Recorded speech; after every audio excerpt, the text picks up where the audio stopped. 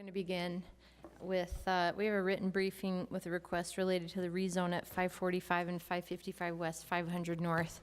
If council members don't have any questions for staff on that one, we'll keep it as a written briefing. And we're going to move, we're going to insert a piece of the CIP discussion that has to do with the Three Creeks confluence right now before item 2. Because Councilmember Johnston has to be at a Shelter the Homeless board meeting at 3 o'clock. So, some meeting for the Shelter the Homeless Committee. Thank you for doing that on behalf of the council. Ben Ludke, thank you for being with us on this one. Do you want to kick it off, Ben, or do you want Councilmember Johnston to? I can give some background. So, attachment 10 to the staff report is the cost breakdown for this project, Three Creeks Confluence. The council originally funded a little over $500,000 for the project with CDBG funds 2 years ago. And the council then added $670,000 for an expanded scope, so it wouldn't be creating just a new park, but it would also include additional amenities such as a pedestrian bridge, a fishing plaza, or a fishing pier, a community plaza.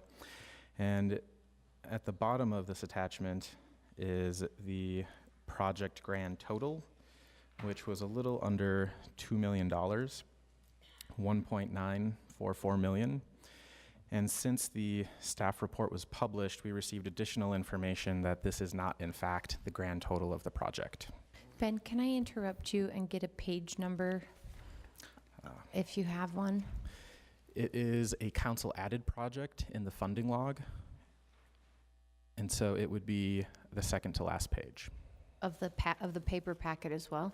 Oh, sorry, of the funding log, it's the second to last page. Of the paper packet, I'm not sure. Okay. Sorry.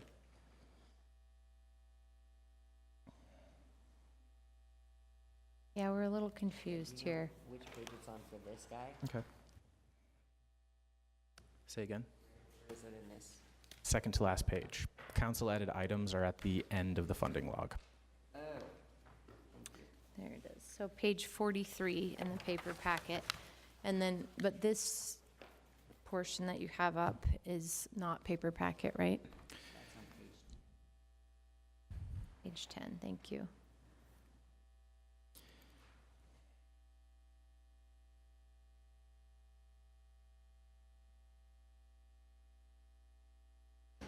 Oh, okay.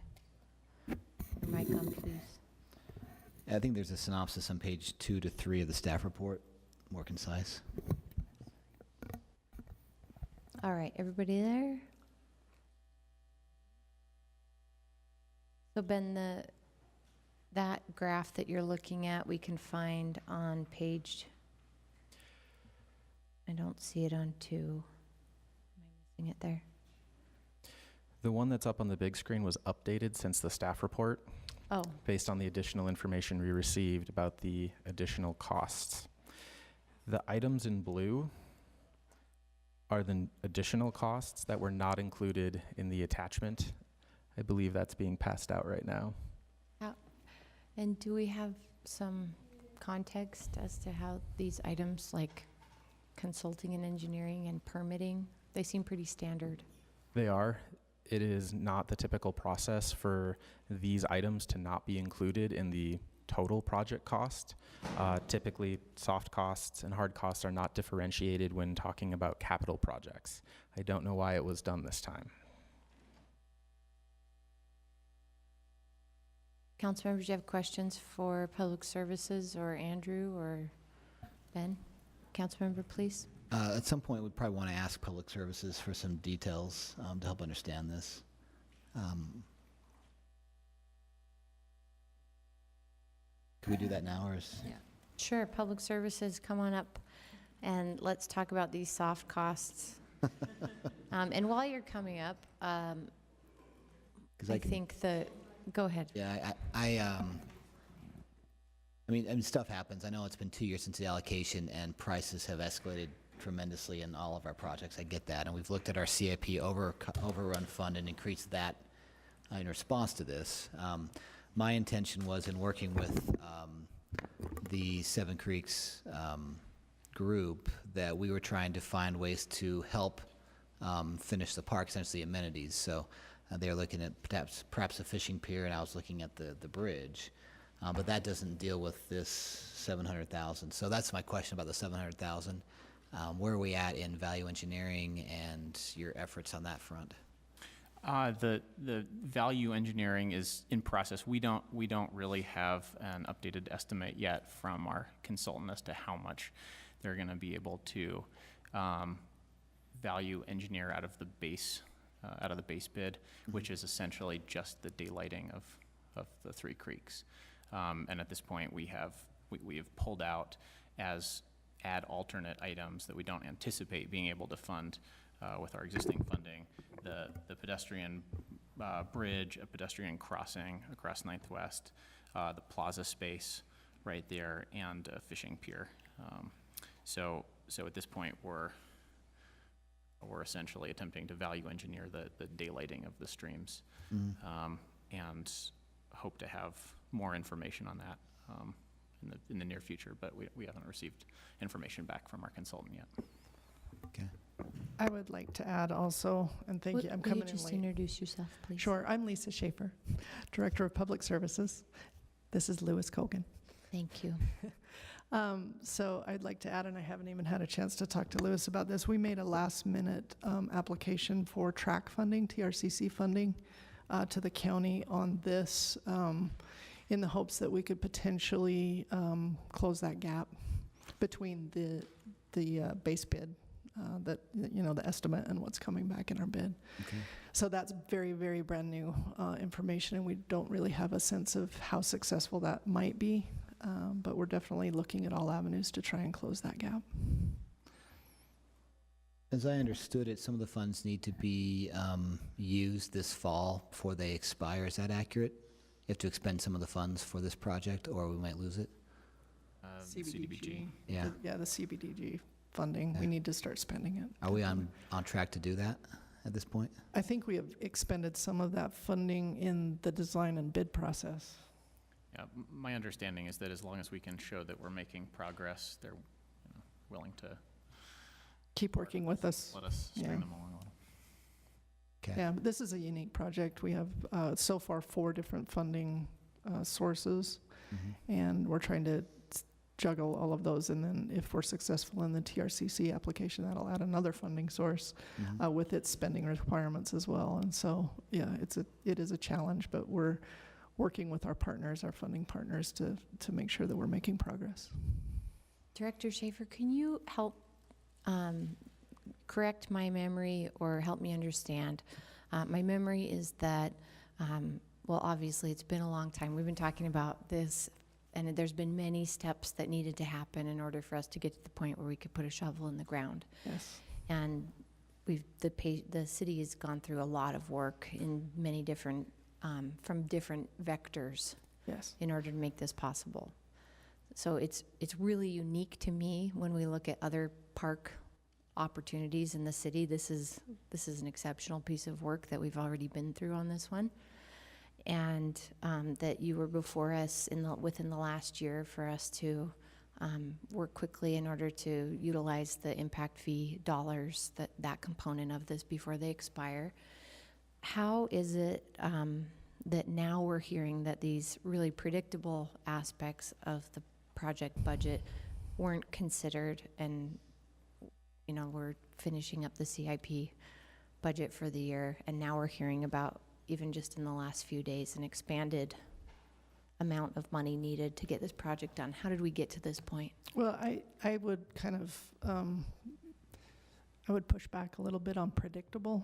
I think that from the point that this project was anticipated to where we are now, it's been 3 years, correct? More than 3 years. And so the predictability piece there is very, very difficult in any environment, even when we have good bids at the time. But we have a very, very competitive and volatile construction market happening currently. And then when you add to that some of the engineering challenges that we're facing on the site itself, The daylighting of this creek itself, really without the funding available to do that exploration and that actual engineering work, we had no way of knowing how complicated that would be. And so now we have a better understanding of what it's going to take to actually daylight those bodies of water. And then again, just the time passage, right? You know, having that amount of time between the conception of the plan and the bid is an eternity in construction. And so, and you know, I keep saying tariffs, but it's real. We're experiencing a lot of the increase in things that are going to make construction more expensive. So those sound like some high-level affects on this Yeah. particular process. Could we, as the budget body of the city, expect to see these type of inflation components to other projects that you're working on? Absolutely. I mean, I think that we've been trying to sound the alarm on this in all quarters, and I will do it here. That the time span between design and actual bid is causing a lot of volatility between our estimates and the actuals. And then, like I said, you know, the construction market is extraordinarily competitive right now. We're seeing it in our own job market. So trade jobs, right? Anybody that has a skilled trade is very, very difficult to retain. And so we're seeing it in that aspect, but then the actual goods that we're buying are definitely going to affect our bids. So how is this affecting your budgeting process for cost overrun needs? And we're normally, around 15%? Yeah. So what are you looking at now? It's very difficult to predict, but we have very specific indicators through construction organizations that tell us specific materials that we'll be seeing increases on, and it's not the same across the board. So we might see a 25% increase in steel, for example, but we might see a 15% increase in asphalt. And so we're trying to, to answer your question, it's chaotic. It's very, very difficult to put those numbers into a project that we may not even get approved funding for another year. And we don't know what's going to happen between now and then. So Councilmember Johnston, what do you want to do? What's the time frame, do you think, to figure out the details you're looking at?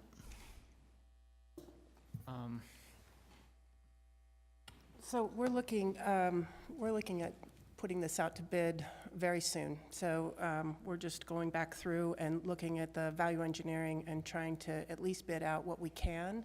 And then if there is additional funding, we'll have add alternates that we can add to the project after the base bid is put out. So we're looking within the next 4 to 8 weeks. Okay. We'd like to have a contractor.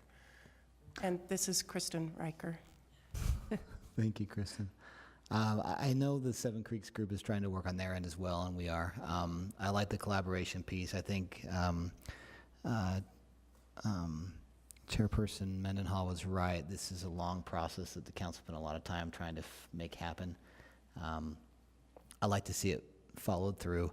The recommendation I'm trying to make is to recapture some funds from a couple other projects and utilize them here for the bridge aspect.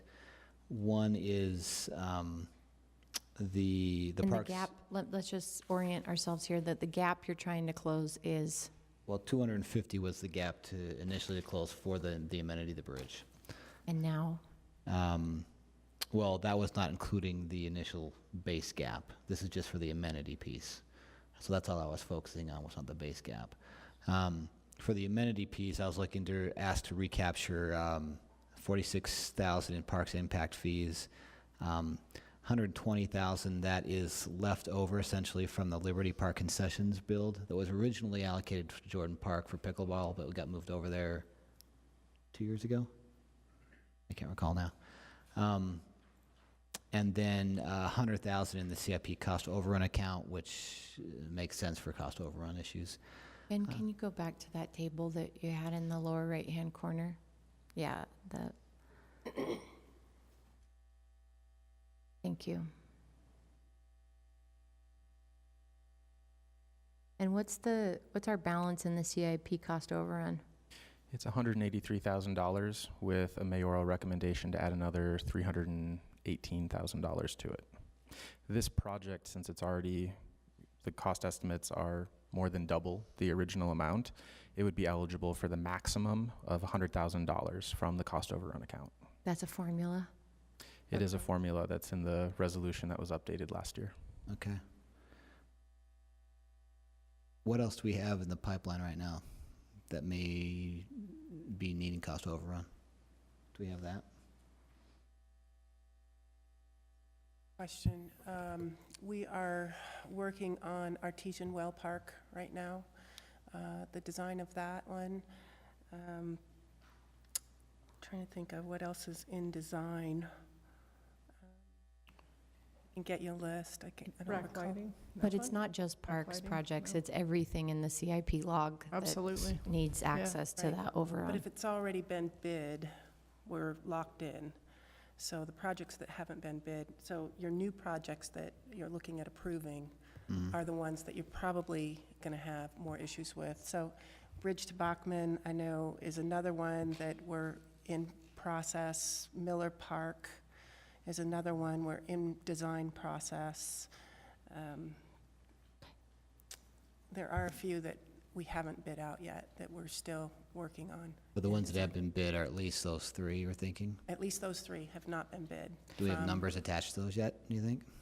No. I don't have them in front of me. We're still in design, so as they do design, they nail down the cost estimates, and then once we have that, it designed to what we think the estimate is, then we'll send it out to bid. So, So Ben, if we go ahead with the maximum allocation from the overrun to this particular project and we don't cut into the mayor's recommendation, that leaves us with about 218 in the overrun, is that correct? It would be the 183 plus 218, Oh, okay, because there's 183 in the account right now, plus the 318 that's proposed to be added to the existing 183. great, so we get up to 500,000, Mhm. and this would take us to about 400. It would. And the question, do we want a better discussion about the three projects that are all going to demand some money? I'm all for advocating for this project, but I'm aware that we have two other projects out to bid that we may not have the funds to pay for. And I guess I want to also have a conversation about, this is just the base gap. This isn't the amenities. And we took action as a body before this to fund the amenities, and now they're off the table again. So do we want to have a conversation again about adding those amenities? And that's a 400,000 additional cost. Yeah. Right now, the project has a little over $1.2 million, but the total cost for all of the enhanced scope amenities is a little over $2.4 million.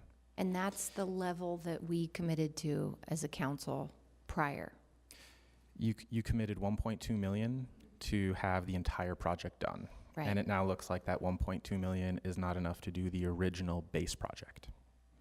And you'd need an additional $250,000 to fund the base project, and an additional $1.2 million for all of those additional amenities that were included, the pedestrian bridge, the fishing pier, the plaza, et cetera. If one of the amenities was done by a private group, I'm not committing anybody to this, could we break up the amenities that way? Because they could be add-ons later on, is that accurate? Yeah. They're all bid alternates, yeah. Because my intention was rely on you all to figure out how you're going to make the base work. And then we'd find this 250 for that one amenity, have another group have another amenity, and work on the third one later on. I was willing to sort of look at that. At this point, though, is it feasible to add in $250,000 from this budget for the bridge if you don't have the base budget? Yeah, if we don't have the base budget, I'm not sure that that's. Well, we the- can cut back on the project. We can look and- at the other. Yeah, it just means that there'll be different kinds of structures put in for the daylighting of the creeks There won't be as many structures along the edge. It won't go as far out along the river. Removal of some lighting bollards, those kind of things that don't have to be in the project. Can I share, go ahead, Ben, if it's on the heels of I Kristen. just want to clarify what I heard, that the original base project could be rescoped to fit within the existing budget, and then the council would add funding for the pedestrian bridge, which would become part of the whole project. Is that? Okay. Yeah. I think we don't know that for certain yet. That's what we've Well, asked our it consultant hasn't to been look bid. into. It hasn't been bid yet. So until it's bid, we don't know for sure. This is part of the Estimate. looking at us to try and figure it out process, and that is what we're doing. This is, I appreciate that you're trying to make it work for us, but I think this is part of what is the difficulty, that we never finish this conversation, that we say, yeah, we want to do the full scope of this potential for this park. Here's the money. And then things being what they are, you have to come back and say, sorry, we can't actually do that. And I don't want to do that again here. So let's not work off of hope. Let's work off of the reality that we have, which is we don't know. I don't want this council to make a straw poll or make a motion thinking we're going to get a bridge and we don't. But I wanted to say to you, Councilmember Johnston, and to my peers that, like, this is a lot of money. It feels like a lot of money, as it should. I also think this is an incredible proposal that we have to do something that we've never done before. It would be a big asset to the community. And this is what parks cost. Parks are expensive. Working with waterways is expensive. And the benefits are numerous, and they last a very long time. So I'm not shy about us spending money on parks. And we have money in other locations for other parks that I'm willing to have a conversation about in order to make this happen. Because I don't want to take what is right now a covered piece of waterway that abuts the Jordan River and people can't really access it and turn it into sort of a funky open space place. I want a park here that embraces the community's vision that has gone through a ton of work to be created. Yeah. I want that to happen. I agree. I think we have so many questions because my initial proposal was based on $250,000 target, and our target is not that at this point. So, we've got 2 weeks left. What do we got? Yeah, we do. Adoption is scheduled for October 16th with a briefing next Tuesday. Yeah. I would like to keep the proposal as a placeholder with, it was a $250,000 one, Ben, with impact fees, parks impact fees, $100,000 cost overrun, Liberty Park reallocation for the concessions, and then there was a smaller amount from the downtown park fund, which we need to talk about as well. Yes. If we could pair it back as a holding place there for that proposal, and maybe talk, I don't know if it's going to change in the next week, I guess is my question, or next 2 weeks. Councilmember Johnston, when you said the downtown park fund, are you talking about impact fees for downtown park? Okay. Yeah. Thank you. Councilmember Fowler? Well, I know that last week we talked about this city park, and would there be, I mean, can we revisit that? Being really vague right now, I know. My brain's not really working. The What was downtown it? park? Yeah, for the downtown. downtown park where we have $3 million that isn't going to get us enough for a downtown park. And we had talked about what it would look like to have maybe something with big impact. And I think this is, as Chairperson Mendenhall was mentioning, it seems like something that's been in the process and has big impact. And would that be available to move to this so that we actually can fund the whole project? Yeah. Please. I I do want to make sure this park gets made appropriate to its need, right? It's a unique park. We haven't done this before, daylighting. It's a template for a lot of other possibilities in the future.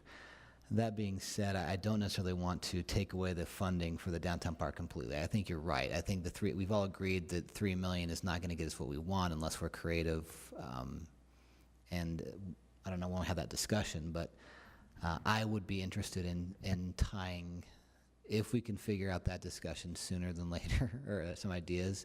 I would love to say some of that money gets to the Jordan River and the trails, because we know we have a need on the foothill trails. To tie it together. So, yes, I proposed using some of the funding from that account, but not nearly 600,000 like what's in here. So, I think we need that discussion though, because if we don't have a better idea of what an idea about what the downtown park is or may be, I think it's hard to say how much we can reallocate those funds. That make sense?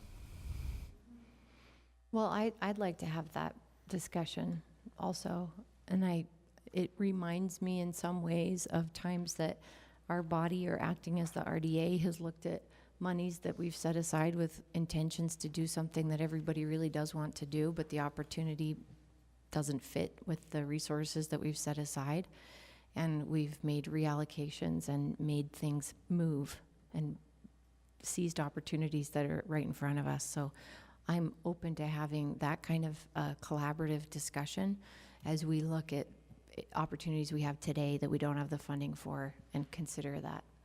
So do you want to bring this back for our next discussion next week? For a downtown park discussion? Yes. Would we have, I know we had a briefing 2 weeks ago when I was here. 2 weeks ago. On the Downtown impact park. fee? Yeah, the impact fee downtown park, because the recommendation was at that point, let's go big, have a big impact instead of parse it out in little pieces everywhere. That's what I'm trying to avoid, is saying parse out little pieces to multiple projects, unless we have a better plan saying the bulk of it goes to downtown park, but a piece could go to this project to fill it into something else. The takeaway is really that it's not enough money. There is no. It's not enough money to purchase property, and it's certainly not enough money to develop a piece of property fully. Well, it depends on the size of the property. Generally, you figure $1 million an acre to develop a park. So it depends if we already have the property. It depends on what we want to do, what you want to do, to have that big impact. Councilmember Fowler? I think this is exactly my point. I don't want to raid this money with 100,000 here and 100,000 here, and it's something that was brought up last 2 weeks ago when we all talked about this, because that's not going to make the impact that some lump of $3 million could make in another project.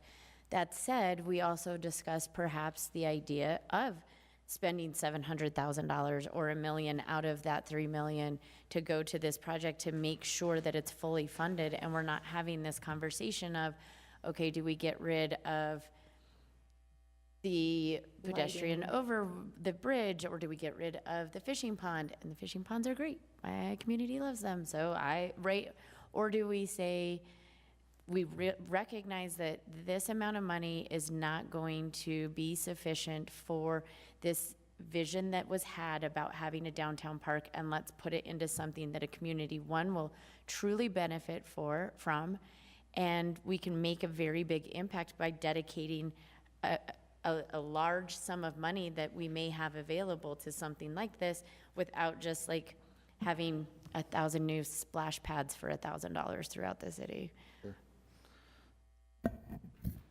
Welcome, Councilmember Kitchen.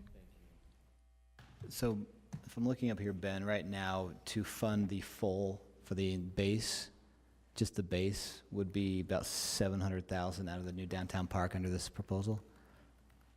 Not necessarily only from the downtown park, but if you wanted to fund just the base proposal, you would need to pull $700,000. Yeah. Give or take, okay. Well, if, Madam Chair, if we're committed to talking about this next week as far as the downtown park and get a sense of that funding, that money, and it might guide us in how much we'd be willing to reallocate to something like this. least feel more comfortable in how a decision about pulling money out of that fund or not. I think that'd be helpful for us to be conscientious in how much we're going to be willing to carve out. Okay. Director Schaefer, do you want to come back for that discussion? I would love to. Speak You and- bet. Be ready to field. Always happy to talk about funding for parks, absolutely.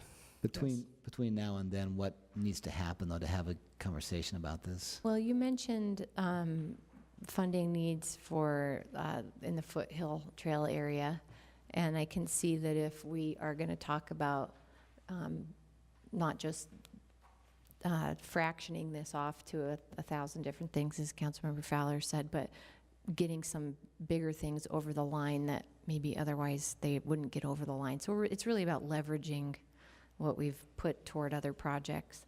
Then I think we want to do it on a citywide kind of discussion. And so perhaps that Foothill Trail opportunity is something you want to bring to the table next week.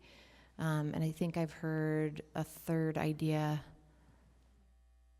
Say it again. 9 Line? Well, I mean, I proposed looking at these two squares. That's one idea. I proposed a fleet block. Those are ideas that are out there, but details are where the devil is, right? I mean, we have to talk through those things. I don't know I'll have a decision at that point, but I'd like to be very conscientious in deciding how much we pull out and the Okay. effects. So to be efficient with our time, could I ask the administration to get us some feedback on if there are impact fee expiration dates on any of the dollars that have been allocated to any of those projects that we've just thrown out there? Okay. Okay. There's not. There's not. We're doing good on spending our impact fees. Yeah, I think, Okay, so we're in what I'm fine hearing shape. then is this is the Yes. time-sensitive project. Yeah. So we could have a discussion without necessarily coming to a conclusion next week on the other potential leveraged projects from a downtown park fund. But we do need to at least get to a point of decision-making on this particular one. Okay. So we can have that citywide discussion next week. We'll come to a decision on this Okay. component at that time. Fair enough. Councilmember Wharton. And just to clarify, the other projects that we're asking him to look at specifically are the Foothill, or are we not asking him to do that? Yeah, I don't think we're asking you to look at it necessarily. I think we're giving you a heads up that we're probably going to be talking about that, and we could have some, if you could have some cost. That was the question that I had. Is the expectation that you, as a council, will be bringing ideas to us, and then we will have some idea of cost associated with those ideas? Or are you asking us to bring forward ideas next week? No, I think that the former, not the latter. And we're going to be looking for gaps that you see in the project, the Foothill Trail project specifically. I think we have a cost for the Foothill. It was like $2 million total, but we just have pieces allocated, I think 200,000 now, and that It's phased, is so. phased in. Mm-hmm. So I think we have some of those numbers. I think the downtown park is a bigger question that is going to be. I think that is the bigger, more interesting question, council member, because it is a matter of just priorities and where we all decide the best use of that money is, whether it's in individual projects around the city or whether it's concentrated together. So that's the interesting conversation, I think. I think that I'll need to hear about a feasibility. It's not just about priorities. And my understanding of the feasibility of a downtown park is that our dollars are not going to create that park on their own. That for me, it's about a public-private partnership. And I haven't heard very much about some foreseeable potential for that from the administration. So if you want to come back to bring that horizon closer to us, Yeah. because right now I don't see that is in the works. I see that the acknowledgement that our dollars aren't going to go far enough to create a significant downtown asset. Great. How do we get there? So I don't think it's just about priority, but feasibility. Okay. Councilmember Johnston?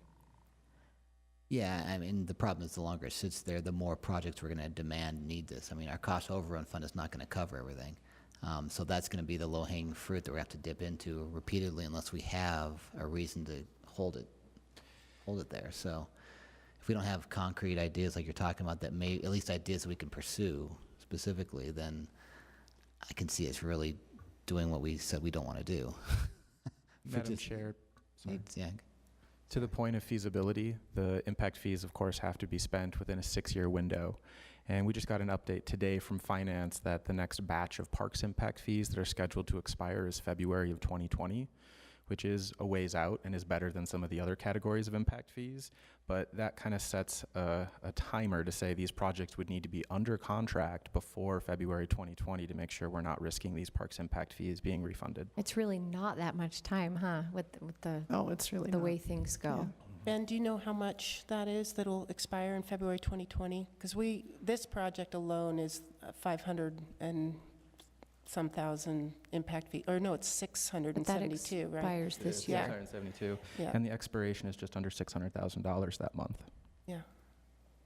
The And the 9 line, we're spending approximately $1 million in impact fees as well, which The is. Three Creeks confluence portion of the impact fees expires long before February of 2020, though, doesn't it? Expire this I year? think that's in that batch. It's in that 2020 batch. Yeah. Hmm. Okay, council members, any other things on Three Creeks confluence? Councilmember Johnston, you satisfied?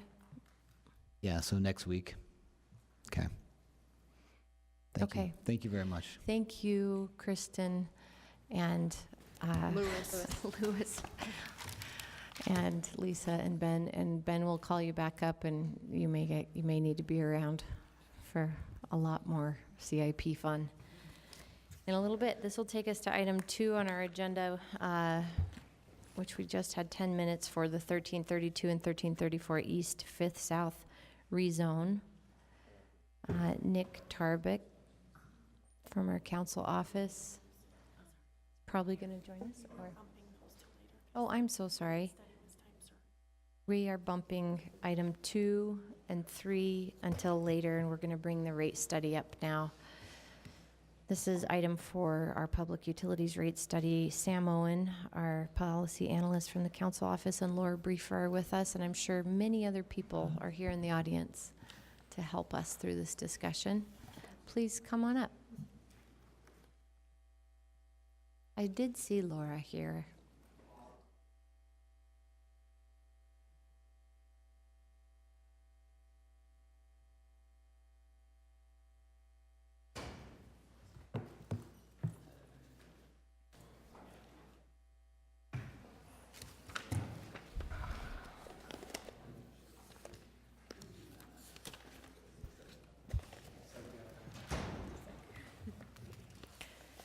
Council members, you've got a paper packet on this one as well.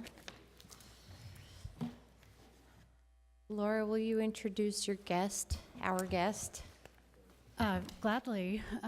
So we are here to present some informational items related to our rate study conducted over the last year. And I have here a consultant from Raftellus, Rick Jardinia, who's going to do the presentation on the rate study. And we're happy to take questions during the presentation or after, whatever you see fit. Sam, do you have anything to add before we get going? Just a couple of notes, Madam Chair. Thank you. That could come now or really later, but since I'm talking to you, the rate study generally makes recommendations for the rate structures for the water and sewer utilities. And a third component makes some recommendations for changes to miscellaneous fees related to services the utilities perform, connection fees, inspection fees, other things like that. The rate study recommendations for the water and sewer service rate structures are revenue neutral with regard to the fiscal year 2019 adopted budget for the utilities.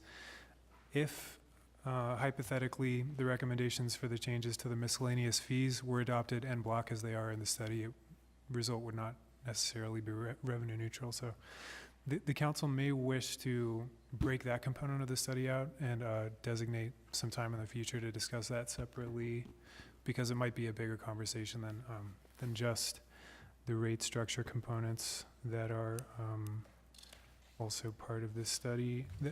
The administration, on that note, the administration may also have recommendations about specific miscellaneous fees that would most usefully be included with the pending amendment to the consolidated fee schedule that would implement the changes to the rate structure if the council decides to go that direction. So, that's all I got. Thank you. Thank you. Good afternoon, Council Chairwoman and council members. My name again is Rick Giardina. I'm an Executive Vice President with Raftellus Financial Consultants, and since about 1991, I've had the pleasure of being involved in every utility rate study for the city and many council-sponsored projects as well. So it's a pleasure to appear before you again this afternoon to talk specifically about the water and sewer rate structure and the process that we've gone through.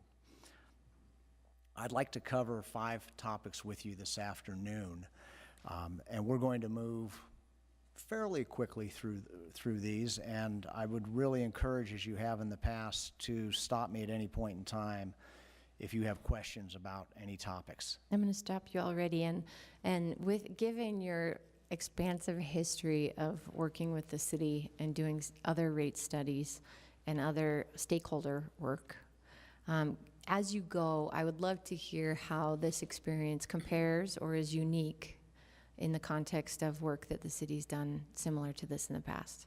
Absolutely. I will Thank try to you. share that with you, yes. Here is our agenda, and I will jump right into it. And the study objectives are listed here, and they are what I would consider to be overall objectives, to really work with the utility in identifying alternative rate structures, but preceding that, really looking at what we call the cost of service. And in a rate study like this, there are really 3 steps to the study. The first is defining how much money do we need to operate as a sustainable entity. The second is what I've referred to as the cost of service. What is the cost of serving the different types of customers that we serve? And then lastly, once we've identified that cost, what are the means by which we can recover that cost from those customers putting demands on the system? The overall objective in this study was really focused on those latter 2 points, the cost of service and the rate structure, how we go about recovering cost from our customers. And then lastly, it was to, as we've done in the past, engage essentially the constituents, the ratepayers, through the Ratepayer Advisory Committee to provide us with input really on those 2 points, the cost of service and rate structure. That monthly bill that we use to communicate with our customers, really the most regular and direct means we have available to us to communicate with our ratepayers. And so those were the objectives of this study. Let's start with the Rate Advisory Committee. And this is an element of the process that has been a part of the rate studies going back decades. And it's been critical to ultimately arriving at the rates that we charge our customers. By and large, that first step of defining the amount of revenue we need to be a sustainable organization for water, sewer, and storm is something that's part of the annual budget process.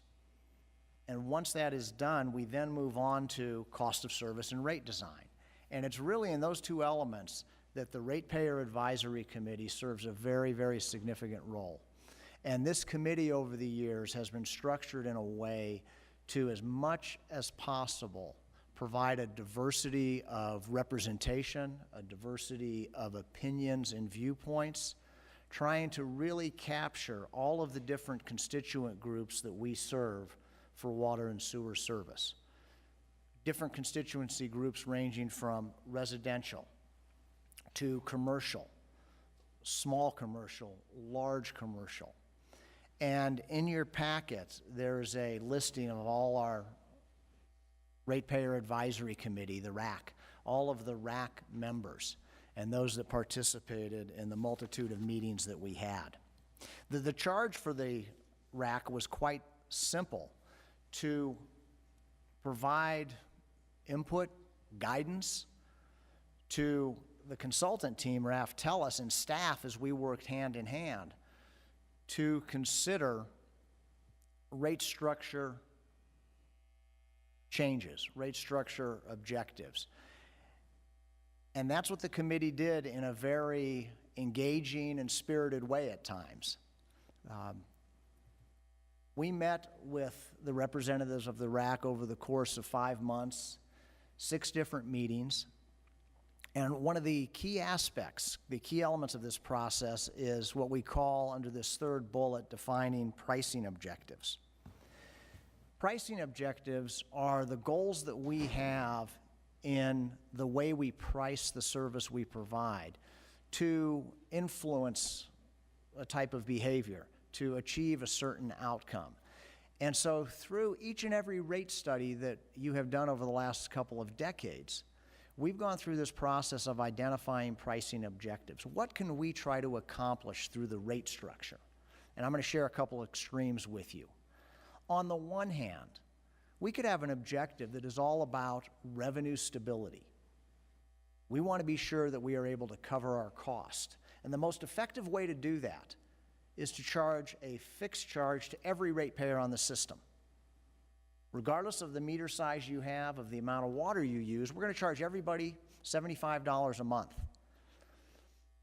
As the finance director, I would love that approach. I know how much revenue I'm going to get every month, and I can pay my bills. Doesn't matter if water use goes up or down. And we all know here in the West how we're subject to arid conditions and droughts. But under that approach, revenue stability is the most important objective. That flies absolutely in the face with maybe another important objective, conservation. And if I want to achieve conservation, I might look at nothing more than a 100% volume rate. You pay for only what you use. If I don't use any water, my water bill that month is zero. And that really puts control of the water bill in the hands of the customer.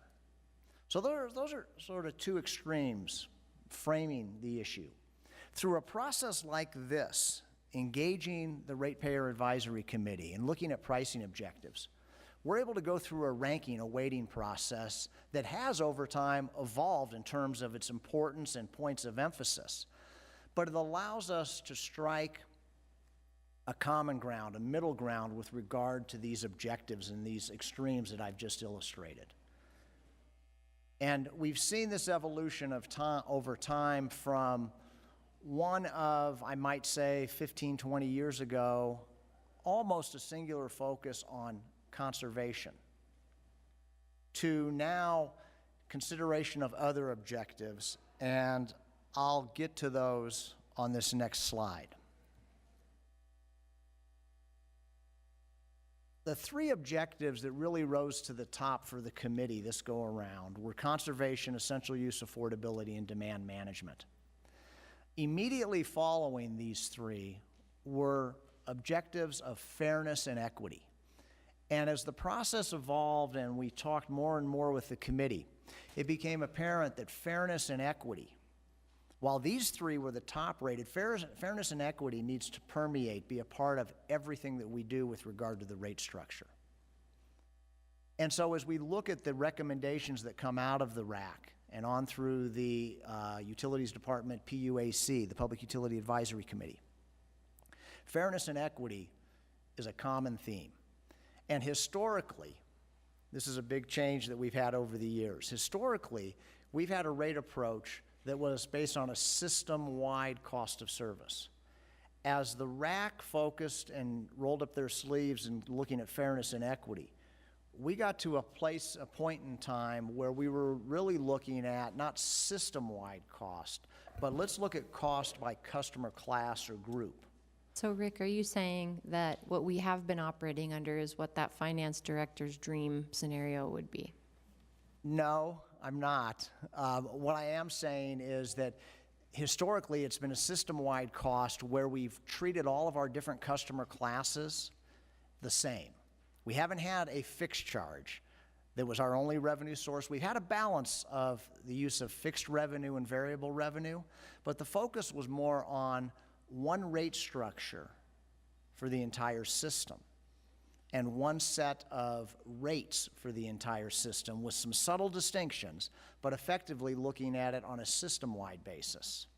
Now we've moved to, let's break that up a little bit. Let's look at a little more discreetly at our residential class, at our commercial, institutional, and industrial class, at our irrigation class. And let's look at the cost of serving those classes versus everyone together.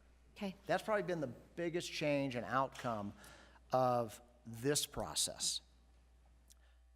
But in doing that, we wanted to keep a firm focus on conservation, essential use, affordability, and demand management. And the first and third of these two I'll sort of throw together. Conservation is big picture. We're trying to encourage the wise use of water year-round. Demand management is a more narrow focus, looking at that time of year when demands are the highest, the summertime, and when we see the greatest amount of what we would refer to as discretionary water use. A little dramatic here, but I'm watering my sidewalk. That's discretionary. That's inefficient. I need to be more focused on efficient water use during the peak season, when it's the most expensive to provide service. And so these three objectives, along with fairness and equity, really became the driving force behind the rate structure alternatives that we looked at, and ultimately the RAC and the PUAC provided support for. And so here's how those were embodied, and I'm going to get into more detail. But essentially, with regard to conservation and demand management, it was a desire to retain the foundation rate structure we have, which is an inclining block, 4-tier, and enough of the technology or the technical talk. It's really, if you use more, you pay more on a per 100 cubic feet basis, CCF basis. And furthermore, that 4th tier, where we charge the greatest unit price, the highest unit price, we look to lower the threshold at which you enter that tier and begin paying that higher price. So all things remaining the same, you would enter the 4th tier earlier and pay the highest rate sooner as further incentive for conservation and demand management. Secondly, with regard to affordability, affordability is an issue within the water industry that is growing. Quite frankly, 15, 20 years ago, we weren't talking about it. A colleague of mine used to say 15, 20 years ago, you know, Rick, water is really cheap and no one cares. Now it's gotten inexpensive and everyone is concerned. Water still is relatively cheap as a commodity, but the price increases that we've seen in water have really brought to the forefront the notion of affordability and how we go about measuring that. And you may have heard over the years the Environmental Protection Agency, EPA, and their measure of affordability. And it's based on a percent, the utility bill is a percent of median household income. That measure of affordability is really effective at a community level for assessing project affordability.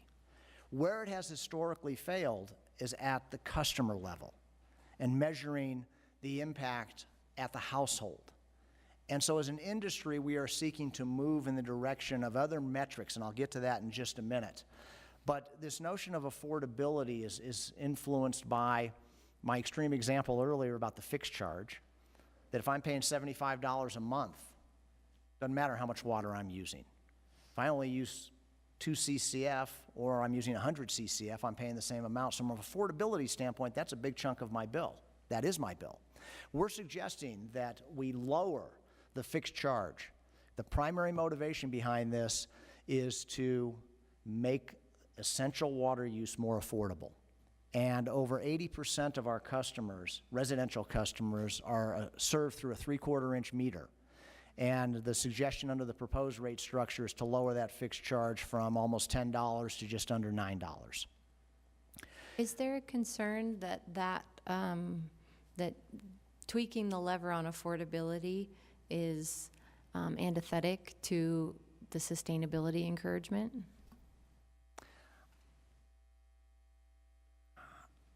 I don't think so, because we have other elements of the rate structure that can help us with regard to sustainability and really how you define that.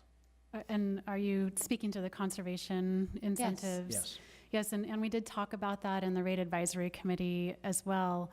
That was one of the drivers actually of lowering the threshold to get into the 4th tier, because we still wanted that relative price incentive in terms of using more water. So we really saw this as a balance, as still trying to achieve affordability, but not letting go of the sustainability objective, the conservation demand management objective. Am I oversimplifying it by reading that to mean that we're looking for the conservation to come from the larger water users? Then we are the 80% of our residents that are going to see a decrease. And I'm basing this off of my experience in the air quality realm with gas price associations with vehicle miles traveled. The cheaper it is, the more we drive. The cheaper my water is, the more I water. When it comes to measuring affordability and focusing on essential use, to my earlier comments, there's not near as much discretionary use. And we have, in fact, seen significant reductions in essential use over time. I'm not dismissing it from the point of view that there's not more to achieve, but we certainly have achieved a great deal in the way of reductions in indoor use. So I don't think we're putting at risk that level or that kind of use by lowering the fixed charge and, as we say in the second bullet here, lowering the Tier 1 rate. I don't think that's going to result in folks flushing the toilet more, washing dishes more often, wasting water in that kind of fashion. And then the opposite end of the structure, forcing use into that higher rate category sooner will provide greater incentive for reductions in discretionary outdoor use, where there's still a lot of advances that can be made. I would like to add too, if I may, I do think that you are correct that there will be a stronger price signal for conservation for our commercial, industrial, and institutional users as well.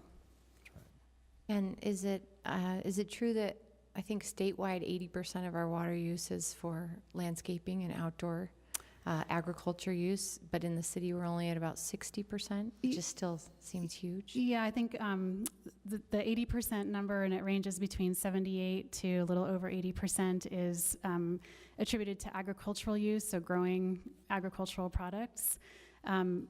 The remainder is municipal and industrial, so all of our municipal and industrial use is around 20% statewide.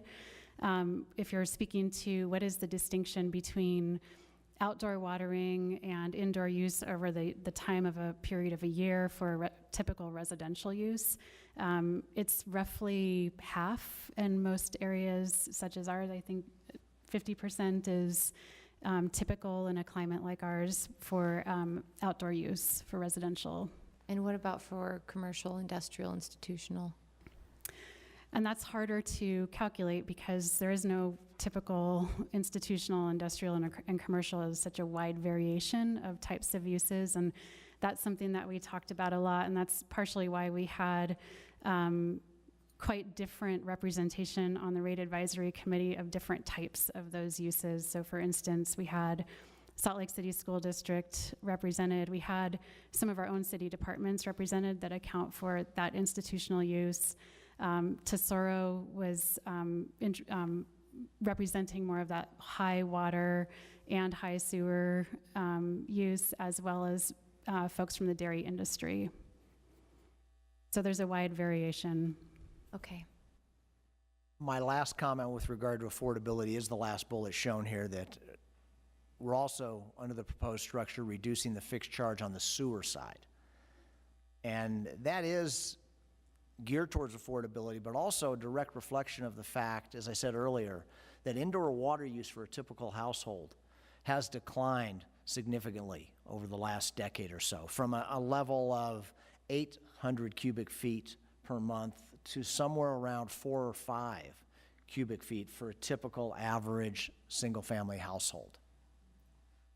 Now, how do these translate into affordability? How do we measure affordability? So as I mentioned earlier, we're as an industry starting to look at new metrics, move away from the 4% of median household income for the water and sewer bill, and really look at the impact at the customer level. And one of the metrics that we're starting to look at, and we are in the midst, my firm, of working with the Water Research Foundation to come up with some new metrics to ultimately propose to EPA for consideration, and this is one of them. Is The this hours, I'm per- sorry. Per what? The hours per what?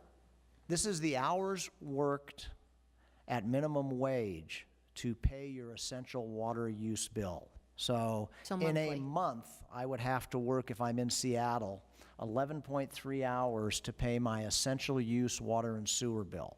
Essential use defined as 6 CCF for water and 6 CCF for sewer. And the water amount there, this equates to approximately 4,500 gallons per month, 150 gallons per day, or about 50 gallons per person, assuming a 3-person household. And that's in the range of a general industry standard for efficient indoor water use. Okay? So we're not measuring here or giving any consideration to outdoor discretionary use. This is really essential indoor use.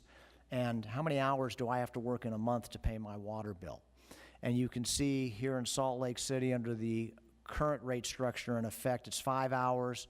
Under this proposed rate structure that we're looking at, with the changes I've talked about in the fixed portion of the water and sewer bill, it's slightly less at 4.9%. Does this tell us it's affordable? Not really. I'm not able to answer that question because we will always have accounts who have difficulty paying their water and sewer bill. We will. That is why we have other programs in place. And the utility has 1 or 2 other means by which they can assist customers, but this provides, I think, decision makers like yourself with some context to begin to try to answer the question about affordability. And maybe one of the most significant takeaways from this chart is that under the proposed rate structure, we are not making it any more challenging to pay your essential water and use bill, water and sewer bill. Can I ask a question on that? So for cities like Seattle, many of these cities, including Salt Lake City, where we have a good deal of people renting, and we have more and more multifamily housing that are on much larger, they're in the section that would be part of the proposed increase, right? They're not on 3/4-inch lines in these multifamily units, and so where we would, this type of a consideration wouldn't necessarily consider what costs a landlord is going to pass down to renters, where we understand that an incredible percentage of renters in Salt Lake City are already housing cost burdened. And this, for example, wouldn't help us to imagine that. You are correct, and what you've highlighted is one of the challenges within the industry, the hard-to-reach customer, and how do we go about doing that? And this does not measure that. But the non-owner renter is the difficult challenge when it comes to providing assistance. And the mechanical means by which you do that, how it gets passed through ultimately to the renter, those are all very challenging questions that utilities across the country are wrestling with, and some have implemented programs to assist in this area and working directly with landlords and creating means by which assistance can be provided ultimately directly to the tenant. But it does remain a challenge. Sam, can you make a note of that for us to follow up in one of our next affordable housing conversations with Melissa Jensen or others from Absolutely. the administration? Thank you. Okay, please continue, Rick. Thank you. this is a graph that shows under the current rate structure versus the proposed rate structure, what the difference in the monthly bills will be looking forward 5 years based on the anticipated increases that we're looking at for water and sewer service. And over this 5-year period, this essentially tells us that affordable use, the ratepayer will be almost $60 better off. Is that a huge amount? No, but again, to my comment earlier, we're not working in the opposite direction. We're not suggesting a rate structure that makes it more difficult, that makes it less affordable. So this is, I think, one piece of assurance that the goal of the Ratepayer Advisory Committee to not make it less affordable is being achieved here. And this puts you in a position to where you can start to build on this over time and have a rate structure that has the capability to be modified going forward to perhaps do even more with regards to affordability. Let me shift now and start to get right into the rate structure itself. This is for the water utility, the fixed charge component of the rate structure. We have a two-part rate structure. The first is a fixed charge, the second is the volume rate. The fixed charge you pay in water regardless of the amount of water you use. And as I mentioned earlier, the vast majority of our residential customers are served by a 3/4 inch meter. Under the existing rate structure, they pay $9.89 a month. Under the proposed, it would go down to $8.84, regardless of the amount of water that's used.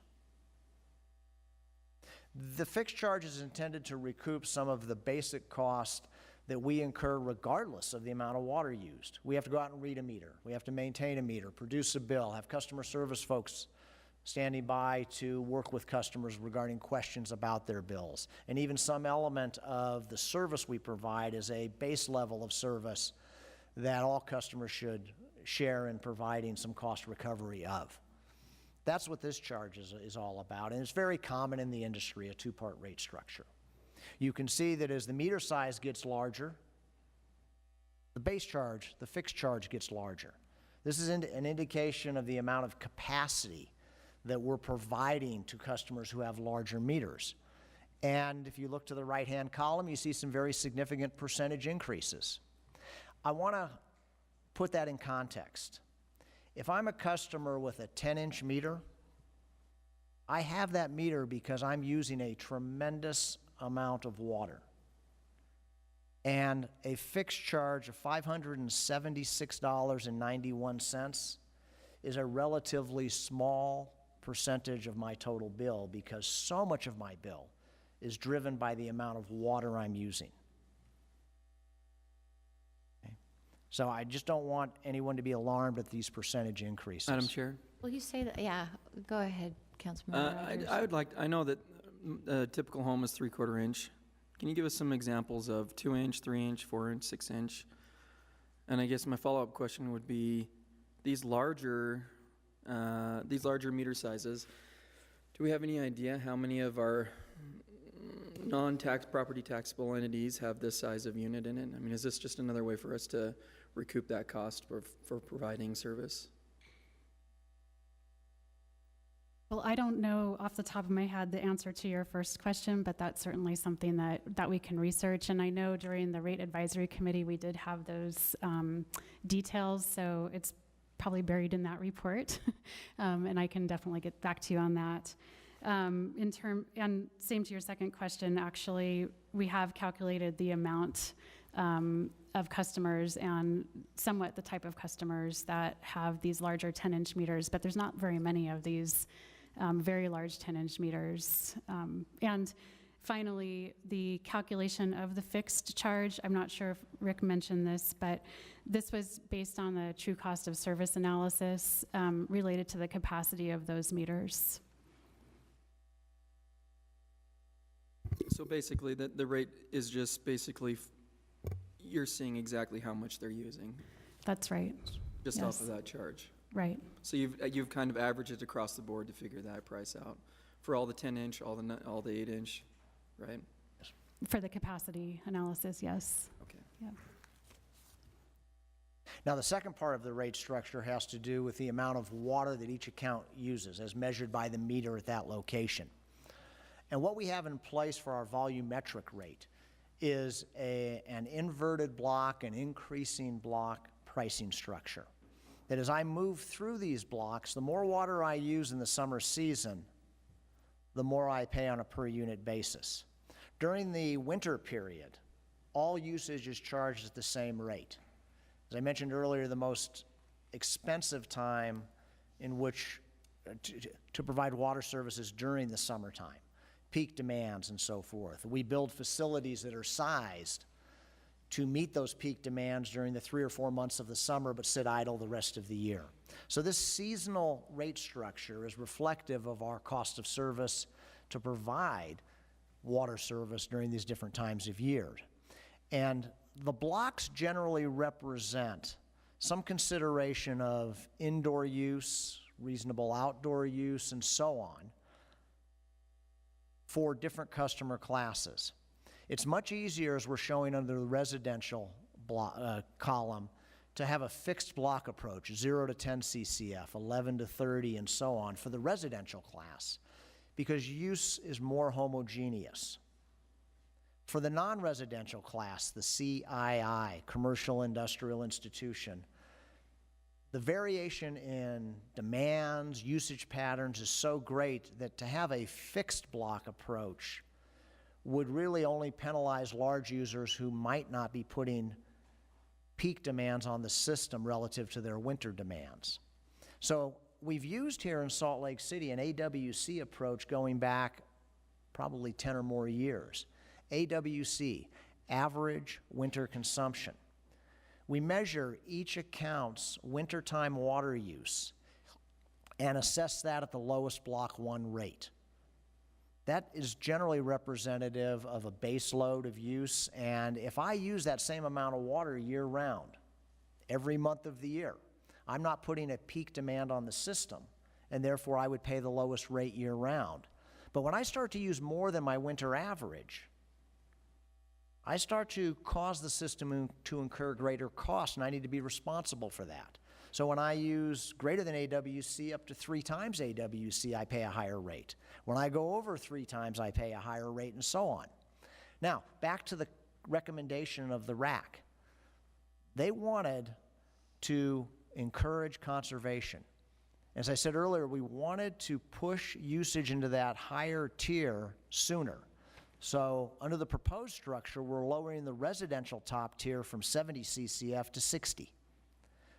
For non-residential, CII, we're lowering it from 700% of your AWC to 600%. If I use the same amount of water I have in the past and I went into block 4, I'm now going to go into it sooner and pay that higher rate sooner, and all things being equal, my bill will be higher. Okay. Councilmember Wharton. So, under Councilmember Mendenhall's earlier scenario, she said if somebody experienced a rate decrease and they suddenly were like, oh, this is great, now I'm going to be less conservation with my water. This structure could like penalize somebody who does that if they go over 3 times. Yes, over 3 times their AWC, over 3 times their Tier 1 use, yes. Wait, I thought you were saying over 3 times, like on 3 occasions. The way this approach works in a given month, Okay. if I use, I'm going to look at the residential class now, if I use 20 CCF under the residential, my first 10 would be charged at the lowest rate. CCFs 11 through 20 would be charged at the next highest rate. 11, yeah. Okay?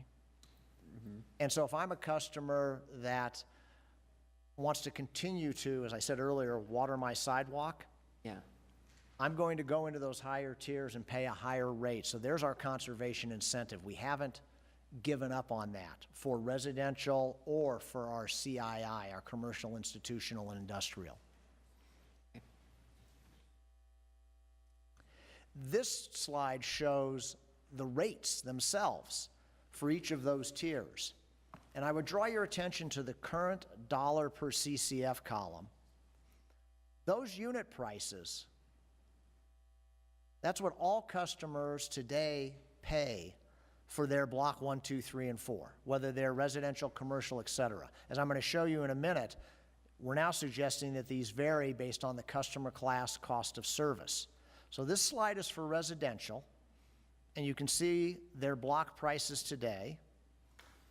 You can see what the block prices would be under the proposed structure. Block 1, 0 to 10 CCF would go down from $1.35 to $1.30 per CCF. That's that essential indoor use. That's a reduction. That helps affordability. Now, the entire class is going down because we're moving to a class cost-based approach. And you'll see in a moment that the CII class is going up. Based on the analysis that we've done of the demands of the class and their responsibility for different components of the system, this is the result. Now, if I'm that customer in Tier 3 today, I'm paying $2.57 for up to 70 CCF. If I don't change my use tomorrow under this proposed approach, I'm going to be paying $2.63 for my usage when it gets above 60. So we're still seeing an increase for the highest volume users.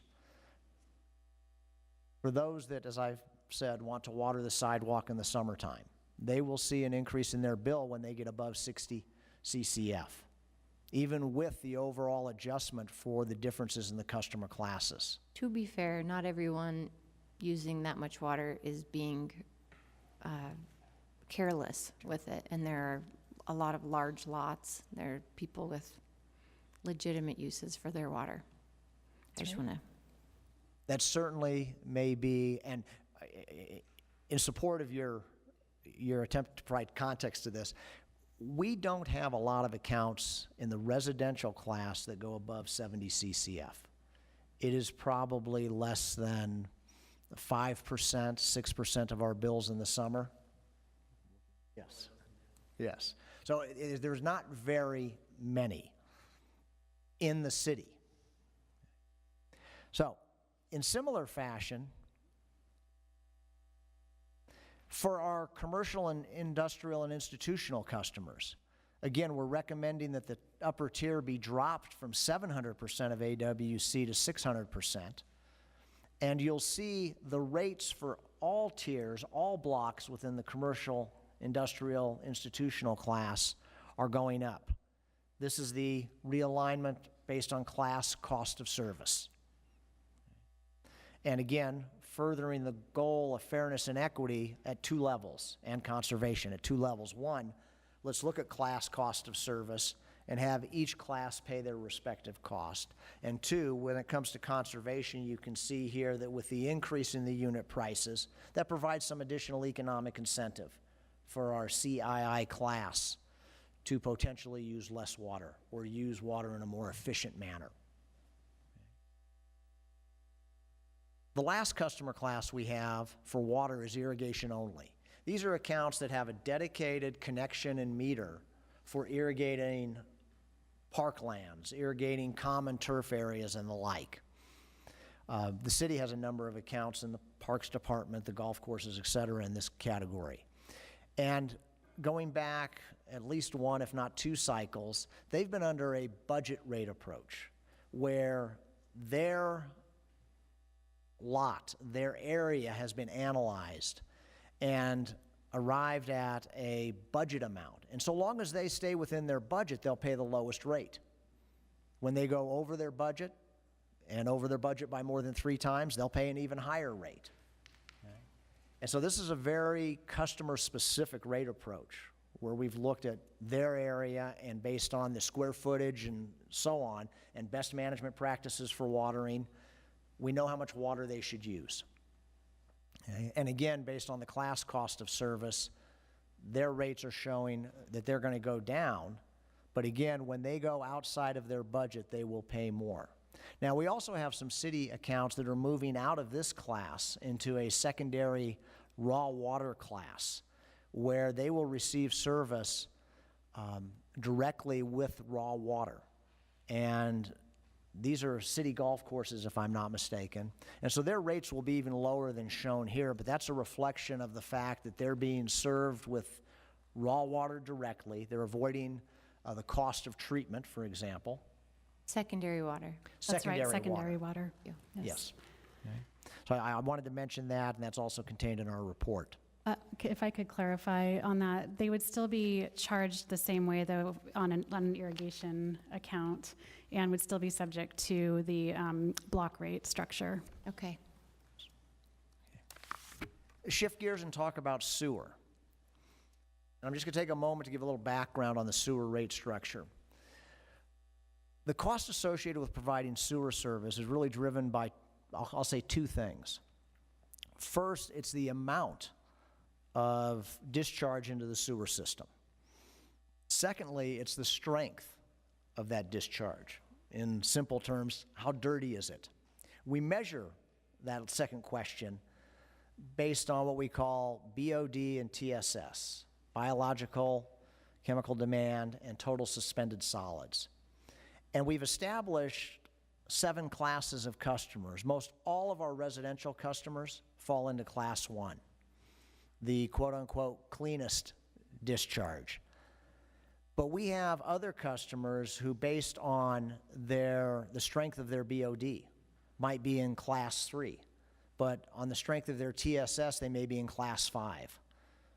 So most of our non-residential customers don't uniformly fit into one of these classes 2 through 6. BOD may be in one class, TSS in another. And so they'll have different impacts that might be shown here. But that is just a reflection of the sophistication, and I would say fairness and equity of our sewer rate structure. You pay based on the discharge quantity and then the quality, because those are key drivers in the cost we incur at the treatment plant to meet our permit requirements and treat the waste that different types of customers give us. So this is really focused on equity. Now, we also have a minimum charge that has been in place, and this is buried in the footnotes here, but for our residential accounts, the current charge is $12.16. The RAC has recommended that we reduce that, and reduce it so it's more in line with the average domestic discharge that we received. I mentioned earlier a couple of times that the AWC, the indoor water use for a typical single-family residence, has dropped from 8 to 4 or 5 CCF. So it made sense to reduce the minimum charge as well to reflect that. If my AWC is only 2 or 3, why should I pay a minimum based on 4 or 5 or 6 CCF? And so this is an equity adjustment as well as an affordability one. I just want to give you a time alert that we have about 5-10 minutes at the most left. I will pick up the pace. Okay. And moving on to stormwater, you may recall an overall 10% revenue increase in stormwater. We're not suggesting any change to the rate structure here. It's a sound, widely used rate approach in the industry, has a great deal of equity, and we're going to leave that one alone. Bill comparison. This slide shows a water summer bill for single-family residents, most of whom have 3/4-inch meters, and you can see at the different CCF usage levels on the left-hand side, across the board, we're seeing decreases in the bills. It is only when you start to get above 60, 70 that those decreases, well, you can see the decreases start to get smaller and smaller. If I'm a customer using 80 or 90 CCF, I'm going to see a very small, if any, decrease in my bill. And on the normal distribution of what residential customers are using, what's right there at 0? What's our standard, our average use During the summertime? for CCF? Yeah. I don't, I would put our average use in the summertime somewhere between 15 and 20 CCF, Right. and in the wintertime 4 or 5 CCF. Okay. So there's a lot of room in there for residential customers to move across the spectrum of use, seasonal use, that's right. and still be in a cost-saving scenario. Right. That, yes. A similar presentation on the sewer monthly bill. You can see up to 3 CCF, the significant reduction. This is driven, as I said a moment ago, by the reduction in the minimum charge from over $12 to under $7. Again, from an equity, fairness, and affordability standpoint. Here's the combined residential bill. This presentation assumes a 6 CCF AWC for sewer service, and then the water usage is shown on the column on the left. So 3.5% increase is about the largest we see here on a combined, decrease is the biggest decrease we see on a combined utility bill for summer use. And then similar to the hours worked at minimum wage, under the proposed rate structure, the bill for the typical residential customer, water and sewer, is projected out over the 5 years, and over that 5-year period, it's about $90 less than what it would otherwise be under the current rates.